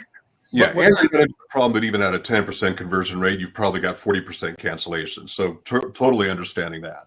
Right. Within your scenario, with what you're talking about with a brand, so most of the brands out there now offer what they call top-off programs, right? So most of this marketing in Metasearch is coming from the brand corporate level, but they're not marketing your hotel. They're marketing Marriott, Hilton, Wyndham, whatever it may be, right? They're marketing that brand specifically, but they all have variations of a top-off program, and they have fancy names for it that they do for each one of them. Now, that gets to be a little bit more interesting when we talk about return, because a lot of times the numbers that you're going to see for that. Hey, Tristan. Sorry, I was saying he needs to drop off. Sorry, I didn't want to interrupt you, Dean. Sorry, guys, I gotta drop off. And thanks, Tristan. Well, we'll have Tris go over and tell you all the good stuff about your agency and how bad you are and stuff. Yeah, okay. Basically, yeah, with the Keanu Reeves of digital marketing. Thanks very much, guys. See you later on. Thanks, Ben. Thank you. Bye, Ben. So a lot of times the stats that you're going to see from the campaign manager, the program that you're doing on, are going to show you the returns specifically to your investment, right? So let's say hypothetically that the click actually cost $3. And let's say hypothetically that your location contributed $1 of that and the brand contributed $2 of that. And then let's say that you got a 10 to 1 ROI. Well, that's 10 to $1 that you put in. That's not 10 to 3, right? So it's a little bit misleading because you still paid the marketing dollars. But you may not be able to see the bigger picture of what all those stats were. So definitely taking that into consideration, but also then recognizing that can be marketing that is specific to your individual property. So when we think about it from a larger digital marketing perspective, one of the number one rules of digital marketing is owning your branded search terms, right? So if somebody's looking for your property by name, you want to own that space. And Metasearch is no different, right? You're owning the space on the left-hand side of that screen on Google. Why don't you want to own the space on the right-hand side of the screen? Those two go hand in hand. But it can bring incremental too, where people aren't looking specifically for you, where people are looking for hotels in Nashville. There are ways that you can actually increase your market ranking using Google promoted properties and things like that. They have a lower return, just like a lower return for a non-branded search term would be, right? But there are ways that you can do that. Well, let's be very clear for the audience. When we talk about incremental exposure and visibility within that space. So Google promoted properties, I do feel is incremental. TripAdvisor sponsor placement is that, but it's super confusing to the regular hotelier because you also have TripAdvisor that's Metasearch and TripAdvisor sponsor that's not. You have Google Hotel Ads that's Metasearch, and you have Google Property Promotion that's not Metasearch. So I think to the normal, like everyday hotelier, they're like, why are there two Googles and why are there two TripAdvisors in my Metasearch options? And to them, they're like, well, the brand just told me to do this, and so I'm just gonna do it. So I think maybe I need to go back and revise the article and talk about what I think is truly incremental visibility and what's not. I think that's a fair point. And even within Google, you take it a step further because you've got Google Local Universal, where they search for your property by name, and Google Maps, where they're just looking for hotels in a space, right? It's two different demographics, even before we start talking about promoted properties, but it's kind of a sub-channel within Google. Same thing for TripAdvisor, right? TripAdvisor, you can go in there looking for a property, looking for hotels in an area, and then your popularity ranking comes into play and different things like that. So yeah, different ways of getting to the same place. Hopefully, and that's a very, very big qualifier, but hopefully you have tracking from your brand in there that separates the two. And there are ways of doing that, where you can say this was a click that came from a promoted hotels or promoted properties, as they now call it, versus this came specifically from an actual Metasearch campaign. Yeah, and you're right. And the ROIs for Google property promotion or whatever they call it has been horrid. So I want to believe in it and I want it to succeed, and the ROIs just haven't been, and there's not much traction to be had. You would think people using maps and whatever, it would work, but we haven't gained any traction in that space. But So you've got to be careful with it, because you're talking about, or you're possibly overlooking attribution here as well, because you've got a channel where we're talking about Metasearch, and did it actually convert as the last click? Or or whatever attribution model that each provider is offering you at that time. But you've also got to look. Metasearch, as Dean mentioned there, it can be used at different stages of people searching for a hotel, but it's also that middle section as well. So you've got people looking for hotels in downtown wherever or whatever it's going to be, or people looking specifically for the brand name. But when people are looking specifically for the brand name, they're not just looking for you to book and purchase. It may be that I've got a list of hotels and I'm checking out all of those. I've got my short list. It's how you whittling down the actual decision making process. And we've found that when we've been using Meta works in every single part of that journey and that cycle. I don't want to use funnel because I know it'll upset Lauren. We're not allowed to use funnels. Part of the contract. To be fair, Tris, I mean, in your world, you have much better tracking available to you than in Stephanie's world, where she's beholden to the brand stack, which does not allow her to have visibility into that. Absolutely. I see both sides of what both Dean and Stephanie are saying, but again, with Stephanie, it's because, quite honestly, the brand is a much better deployment of meta spend than an individual branded property is, for the exact reason of they have more product in a market. Their spend is going to net for the mothership a much better return on investment. And it is one of those investments that brands should be all in on, because it is a rising tide type investment, especially in markets where they're very dense with their different offerings. Sorry, Ed, were you saying that you think Metasearch is better for brand than, say, independent? Is that it? No, I'm saying, well, first of all, any form of customer acquisition cost is going to receive a better return on investment the more product you have to sell, because you're more likely to have the product that meets the need of the audience. So that same thing I'm saying about Meta is true for most customer acquisition spend. It's what the OTAs live off of, right? Like the OTAs make a ton more on their advertising spend than an independent hotel or a single hotel will, because they have tons of stuff to sell you. But with Meta specifically, if you have a brand mothership who can be attracting market level demand across their branded portfolio, that is a better use of funds than each individual property trying to put into their own Meta efforts, because there's waste involved in that acquisition. There's less waste at a market level.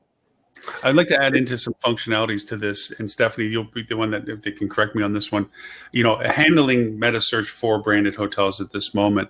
There are a lot of different tools within the platform Cody. It's easy to just tell them Cody's a great company. They do great stuff. They have the interfaces for most of these brands, and they offer all these variations. And there's a struggle to, and this is where Richard is very good at, and I know that firsthand, is that explaining the value of the tool proposition. They use it as a blend screen. They give you a Phillips screwdriver and say Metasearch only. Well, not everything's a Phillips screwdriver fix. Sometimes you need a standard, And what happens is there's times where Metasearch, the limitation factor might be the budget amount. So your voice is down, your channels are down, your ability to be in the market space is down because you're not truly giving the funding for it. It's not a bidding per click. It's an amount of money willing to spend that allows you to create voice. And then your click-through value is whether or not that voice is exercised on a regular basis. Besides from that strategy, the other tools of the expanded OTA placement, there are times it fits exactly what you're saying. There's times you need to amplify your presence on the OTA, so you're double hitting. You're trying to show up for where you have the opportunity with budget availability, and you're trying to go over and show up for when you aren't there on the OTAs that are pushing you. And then when you talk about the Google mapping and so forth, there are times and strategies associated with specific campaigns that's helpful, but it's a specific button. It's not just on, as you pointed out. Sometimes it just said, because I was told to do it, squanders money, diminishes the value, ownership gets sketchy. They don't like the whole idea.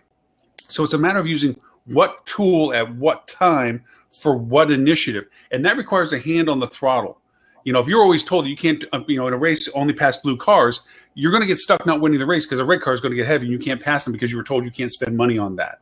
So the idea of using all the individual tools at the time best suited for them is really the mix.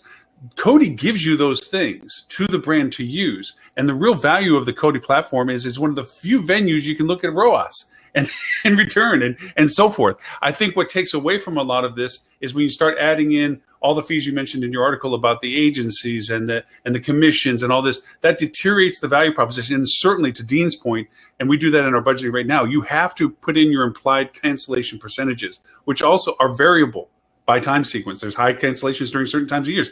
New York, Adele, good gosh, I sometimes had over 80% cancellations on OTAs at some times of the year. Just because they're Booking.com. Yeah.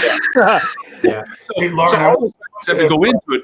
Yeah. Sorry, go ahead, Tristan. Well, I think one of the things that, maybe before budget restrictions were a problem. Now there's less money, but there's also, we're seeing less demand in that Cody space. So it's not a faucet that you can turn on to get more incrementality. It's not, there's a cap of what's going on in that market and for that specific hotel that you can spend.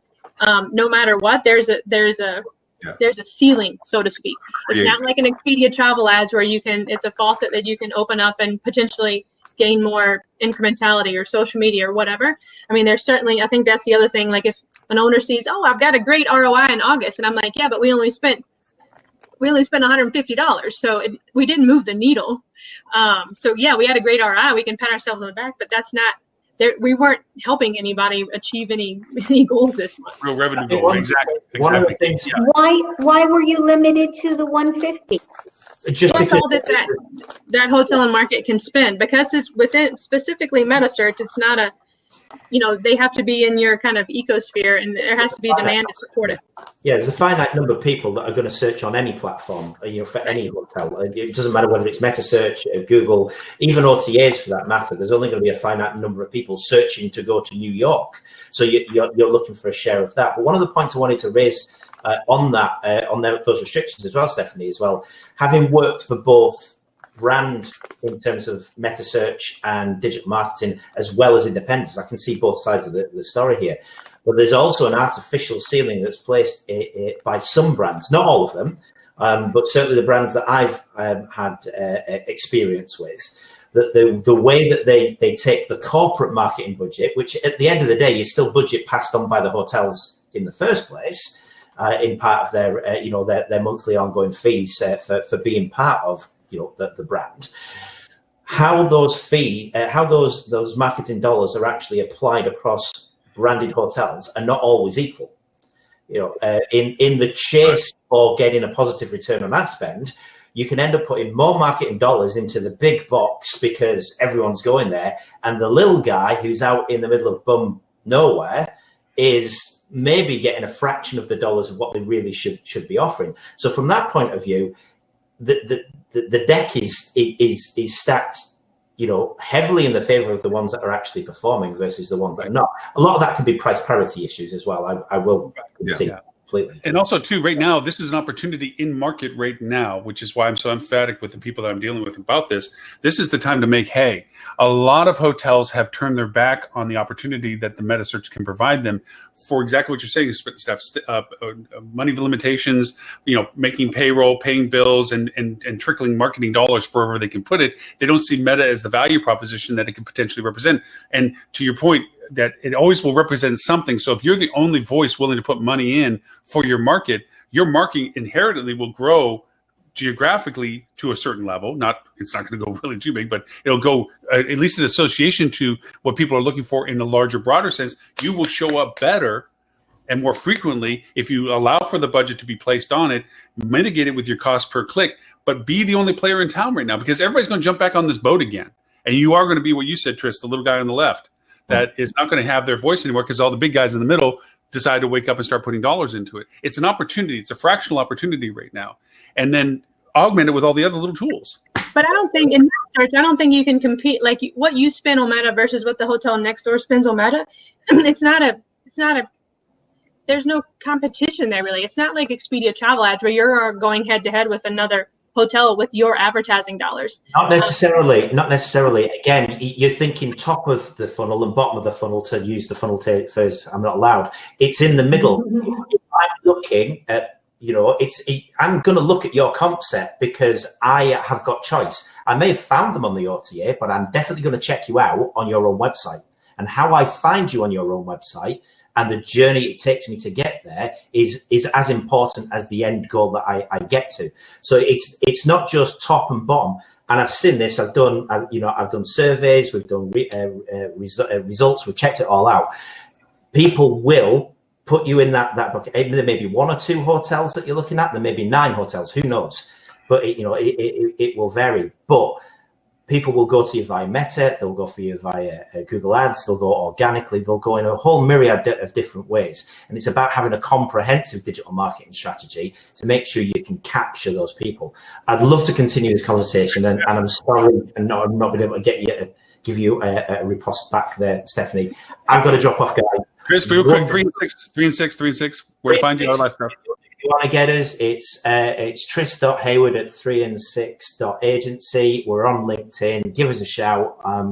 Have a great long weekend, everyone. Labor Day for us is called Monday, so I'll be working.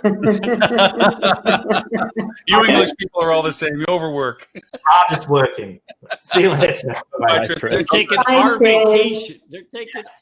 And I agree that comprehensive, what Tristan said about being comprehensive is dead on. And I think that's part of the whole thing that I'm trying to get across. I mean, if someone's on your Google hotel ads or, section, they're going to be looking at your pictures. They're going to be looking at your reviews. They're going to be looking at your price against the comp set. All of those things come into play. I'm just saying, of all the different things that you can spend money on, like where your pricing is in there should be one of the less things, because I think the other thing we haven't talked about is the lifetime value of a customer. And I don't have the data to be able to say who's shopping and who's potential guests. But I feel like, and this is just from my learnings, the people that are at my hotels right now are not the hotels and the demographics that we were seeing pre-COVID. So can I turn these people into loyal guests? The answer, I think the only way to turn them into loyal guests is to try to get them to stay at your hotel.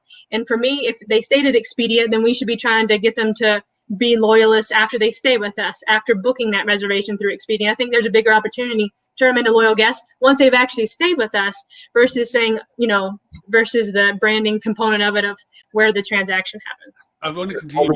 Once they stay with you part applies no matter what channel it comes from, regardless if it's direct, through an OTA or walk-in, whatever the case may be. That applies across the board, right? So that does bring it back to, okay, now what channel do I really want to get it from? And where do I have the best opportunity to really control my narrative with that guest and have any pre and post-stay communications with them? And the answer is from a direct booking. So, we know there's a movement out there for direct bookings. Metasearch being a key part of that. I want to go back to something Ed was talking about earlier, actually, though, where he talked about the brands and having the market presence within or the number of properties within a city. And you're absolutely spot on with that too, with the brands having an advantage, because when I ran Metasearch campaigns for one of the major brands, what we found was that there was about a 15% cross sale So they may have clicked on property A over here, but they ended up booking property B. So they have that advantage of that, oh, property B was actually closer to where I needed to be or had a better rate, whatever the case may be. So that's that advantage that they do have, but that's something that's coming from a brand level more so than a property level. I need your data, Dean. Let's talk about the real problem here. I just want that data. So I had one point that I thought with less people I could actually get a word in edgewise, but I'm getting better. My elbows are getting better. Just one point I wanted to make was I almost think you have to separate Google from the rest of Meta, because if you look at what Google has done, go search a hotel now. All roads are pushing you down the Meta path. Yeah. So if you're not in Google Meta, you're almost not on Google anymore, unless you're doing a direct travel ad buy. You're not there, because even on a travel ad buy, they're pushing you down to Meta, because you'll see in the box there, and then it'll take you down to the Meta channel. So it's almost like you're not there. And I think we all know they're 95%, I think, of the world market share. 93% of the people actually start their search using Google, right? So it's just, if you're not in Google Meta, it's almost like you're not on Google now. And I'd like to continue Tristan's conversation with this real quick too. We think about this as single path discovery. We know we all agree that's not the case, but we're talking about in the context of single path discovery, which is not truly accurate with the attribution strings that we have. We know that this is a partial process of discovery, and to the point that he made earlier about the fact of top or bottom, or I think Dean, you made top or bottom, or whatever. No, Tristan, that there is a path in between that. There is going to be this discovery, what's in the area, who's similar to this. I like a brand. Ooh, look at these brands. What's their service scores? What's their ratings? All these get mixed and jumbled into the process of this, so that when they do come across the hotel by name, us in particular, that we represent ourselves to what Dan just mentioned. We're in the space. We're found for however they found it. Interesting statistics, 62% of all discoveries are being done on mobile now at this point. This is their search platforms. So you look at the Google, you got to go through 5 swipes of Google before you get to 6 swipes of organic or paid, before you get to 7th and 8th swipes beyond of organic. So you need that presence up top. You need to be on that map, which we say doesn't have great conversion, but we can even talk about social that way. Social is not a direct channel. It's an amplifier. It's a catalyst to other things. It does create revenue, but it more importantly creates awareness that creates revenue on the channels of conversion. So all these are part of the overall process to this. I do want to tout Dean's horn for just a second. Dean is in the strata of all this, where he can bring an individual hotel to market as much as he can bring a cluster of hotels, as he can bring a brand of hotels. So where a lot of people look, and if they're listening to the show, say, "Oh, I'm a mom and pop around the corner." Do not exclude yourself. You have the ability to do that. So just to keep clear that we're not just talking about brands or ownership groups or large hotels that can afford these kind of things. This can be incredibly affordable, capable, and even down to the scale, as Dan pointed out, just be on Google. If all you have to be is in that space, you can be just in that space for literally less than $100 a month. Can I have a question? I'm sorry? Is it possible to do a short-term test? Because I found that 1 year to another year, something would be productive or not productive, or I tried it and it was unproductive, and a year later I tried it and it was productive. Or sometimes I'll see that one hotel and another hotel in the same market have completely different results. One it's worth every penny, and the other one I'm putting in, as much as I'm getting, if you know what I mean. Sometimes they're not even charged the same for the same click, which makes no sense, but for some reason that happens. So I find that I need to test things in order to see whether it will work. Can a hotel choose to make just a small test to see whether it's a fit for them or not?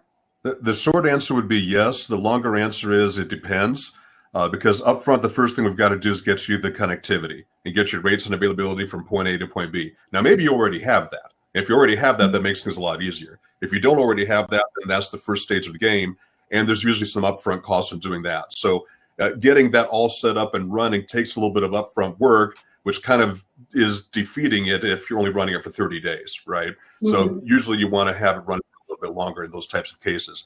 But I would look at that on case-by-case basis. If you have some examples you want to send me, send them offline. I'm happy to talk about them. You know, we've been talking a lot about. Go ahead, Richard. I'm sorry. Please go right ahead. Well, we've been talking about brands.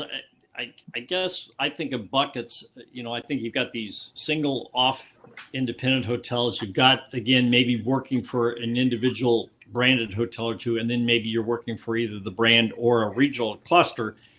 The other thing, so I think there's got to be millions of ways to skin the cat in between there, and different levers and how far to push different ones. The other thing with the brand is that they're charging you 3 or 4% for marketing fees already. So to Stephanie's point, she didn't have as much money because the owner of that hotel, that courtyard, says, hey, wait a minute, I'm already giving Marriott $10,000 a month. I can't afford to give you any more. You've now only got this tiny little bit to deal with. And I think in an independent hotel, it's not like they have unlimited money, but they're not paying that brand. The brand, I think, for independent hotels becomes almost the internet. So there's different ways that you would have to pull that. But and you're right. When I was with Marriott, we cared about the region. We sort of cared about the individual hotels. But if the cross sell did happen, oh well, it still was in the Marriott coffers. Exactly. Yep. Well, and I think that's part of the analysis you have to do. If you're looking at what, like you said, if Marriott, you're paying X% and they've already negotiated an awesome percentage on the OTAs, then you have to consider that. I mean, I would assume that most independents pay an average of 5 to 7% more in terms of commissions on the OTAs. And that's a fairly large chunk of change that you have to consider, when you do your calculation. I think the other thing that has, just because my article got picked up by a company in the UK, and Dean, I'm going to ask, this one didn't come up in our thread yesterday, that there's a new paper stay model that's not an offering through Cody.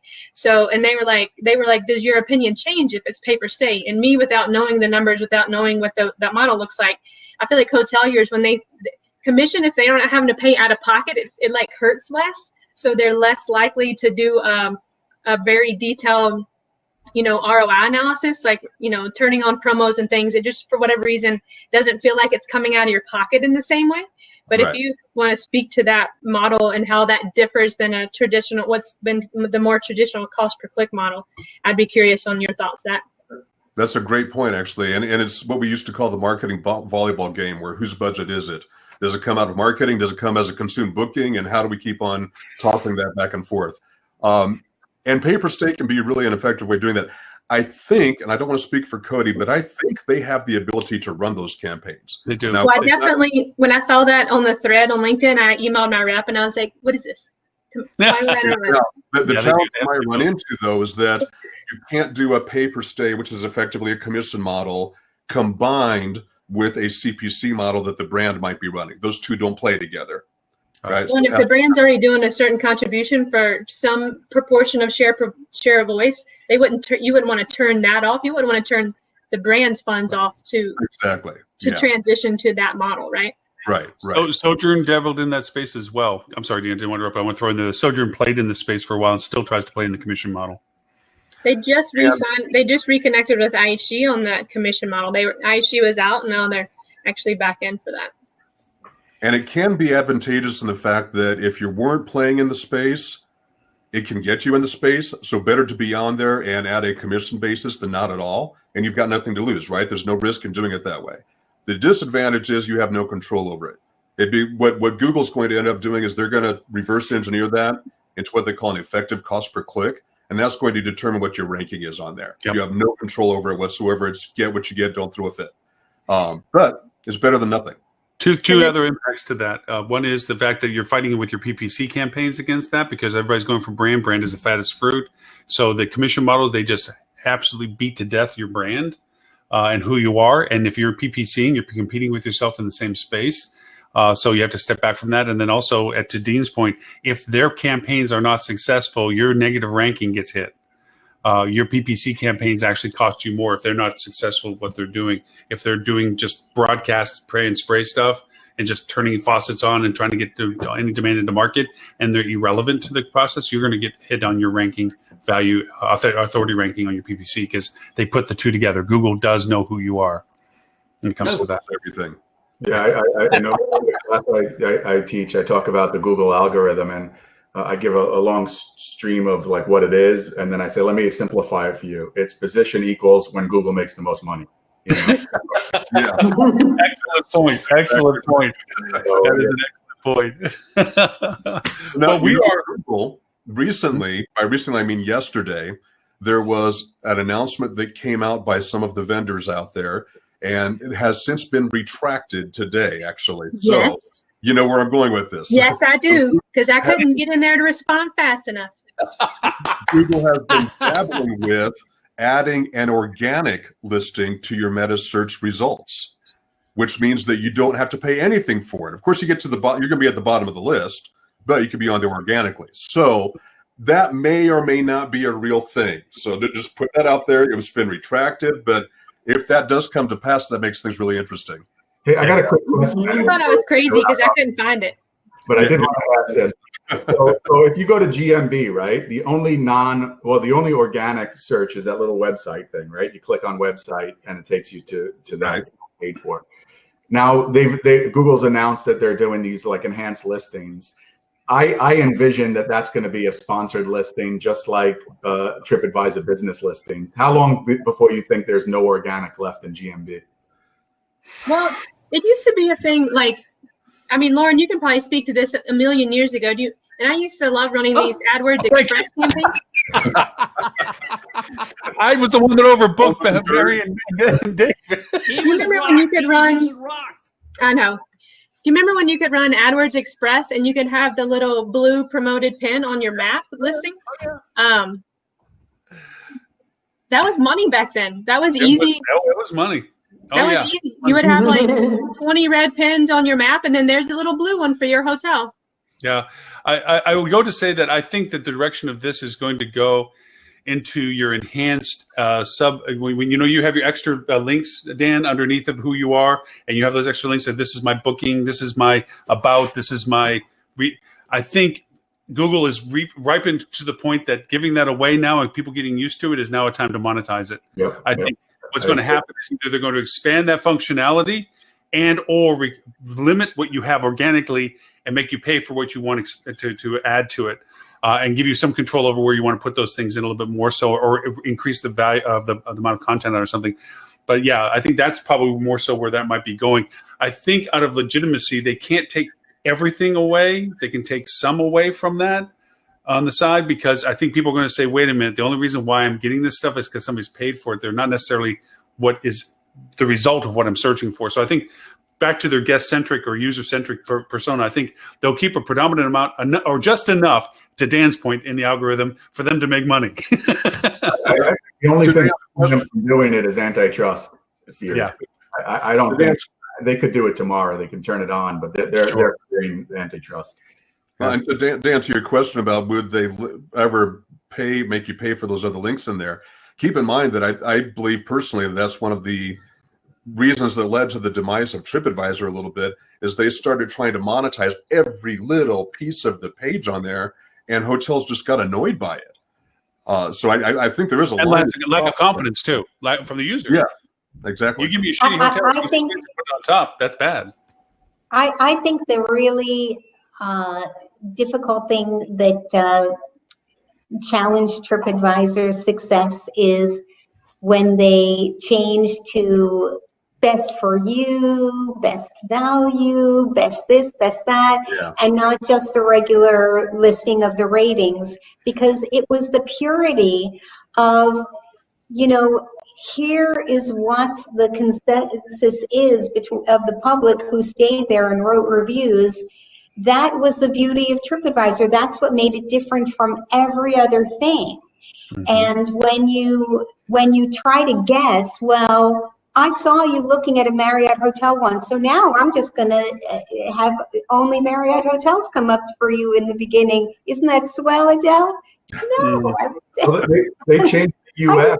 To a convention I was going to. That's why I went there, They changed the UX to the point where it was impossible. It was like difficult to find reviews, which is why anybody ever went there in the first place. Right. Yeah. And Google ends up having more reviews than they do. Yeah. Google's eating their lunch now.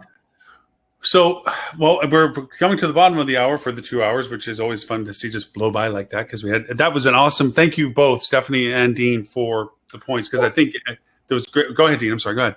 Sorry, I wanted to add in before we close off. I wanted to backtrack to one of the things that we were talking about earlier.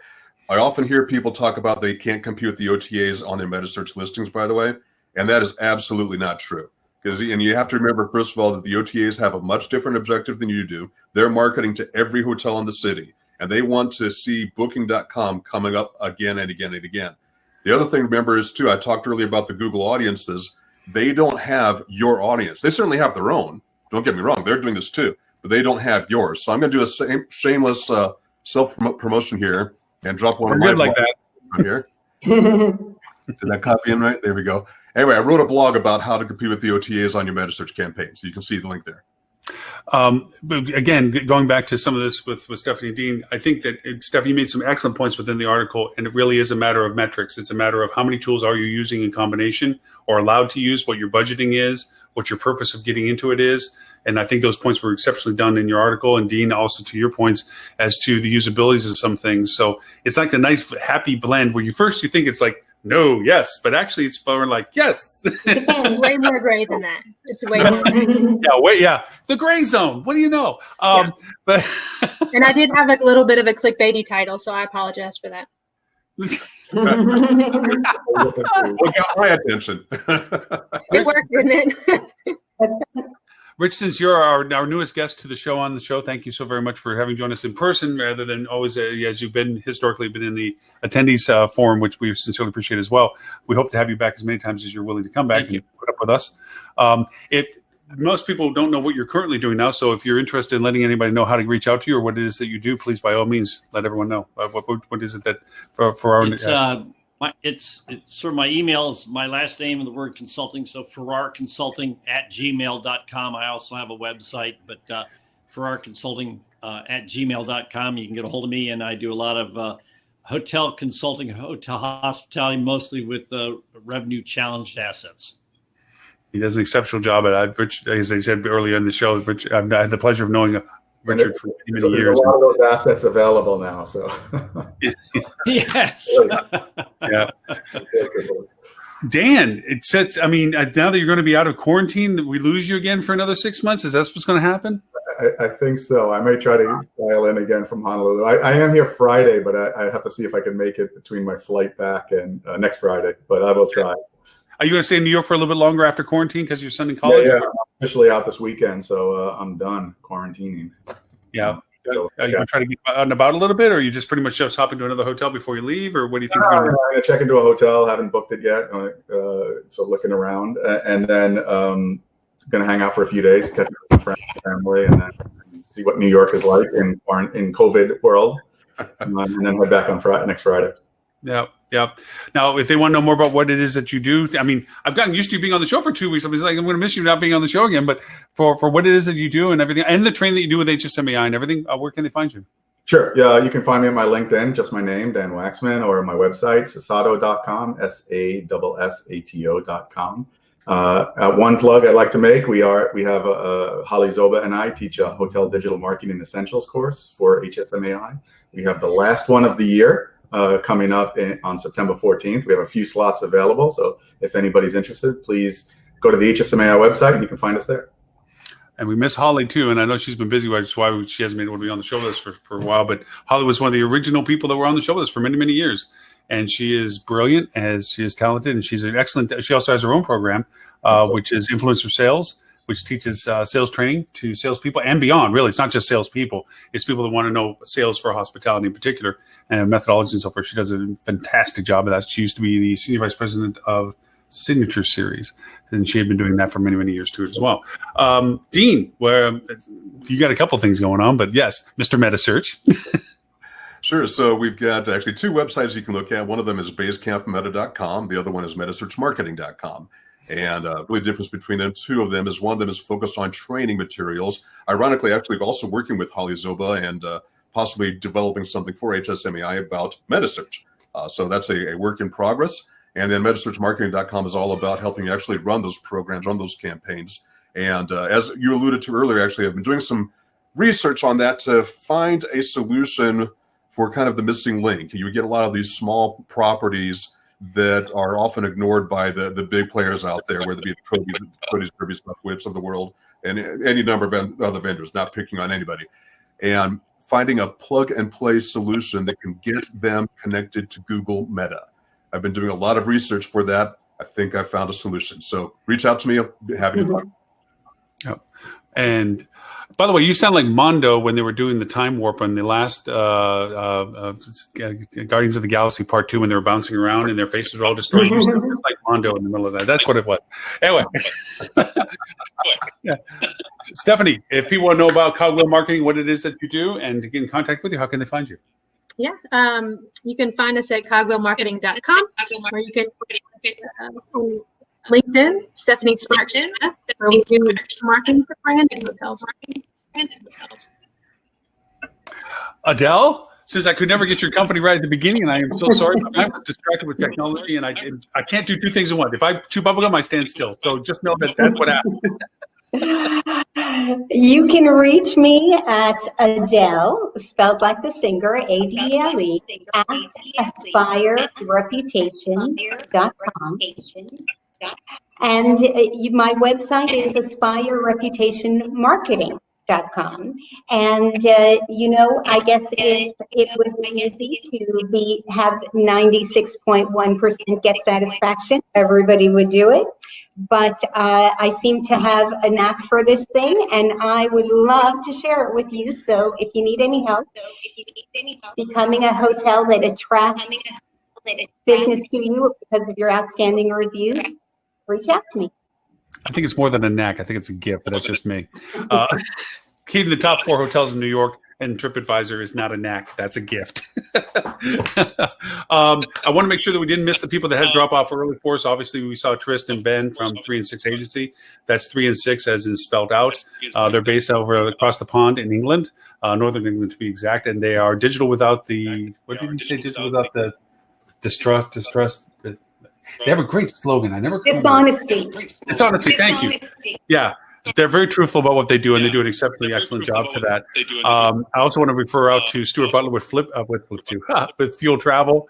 They are probably going to be on the show next week to discuss their latest findings, because obviously they're accumulating them now. We've always we've always been having the privilege to have them come on and review those numbers as to consumer sentiment through the entire process of COVID right now, this whole year. So we're going to be interested in those numbers when they can come through.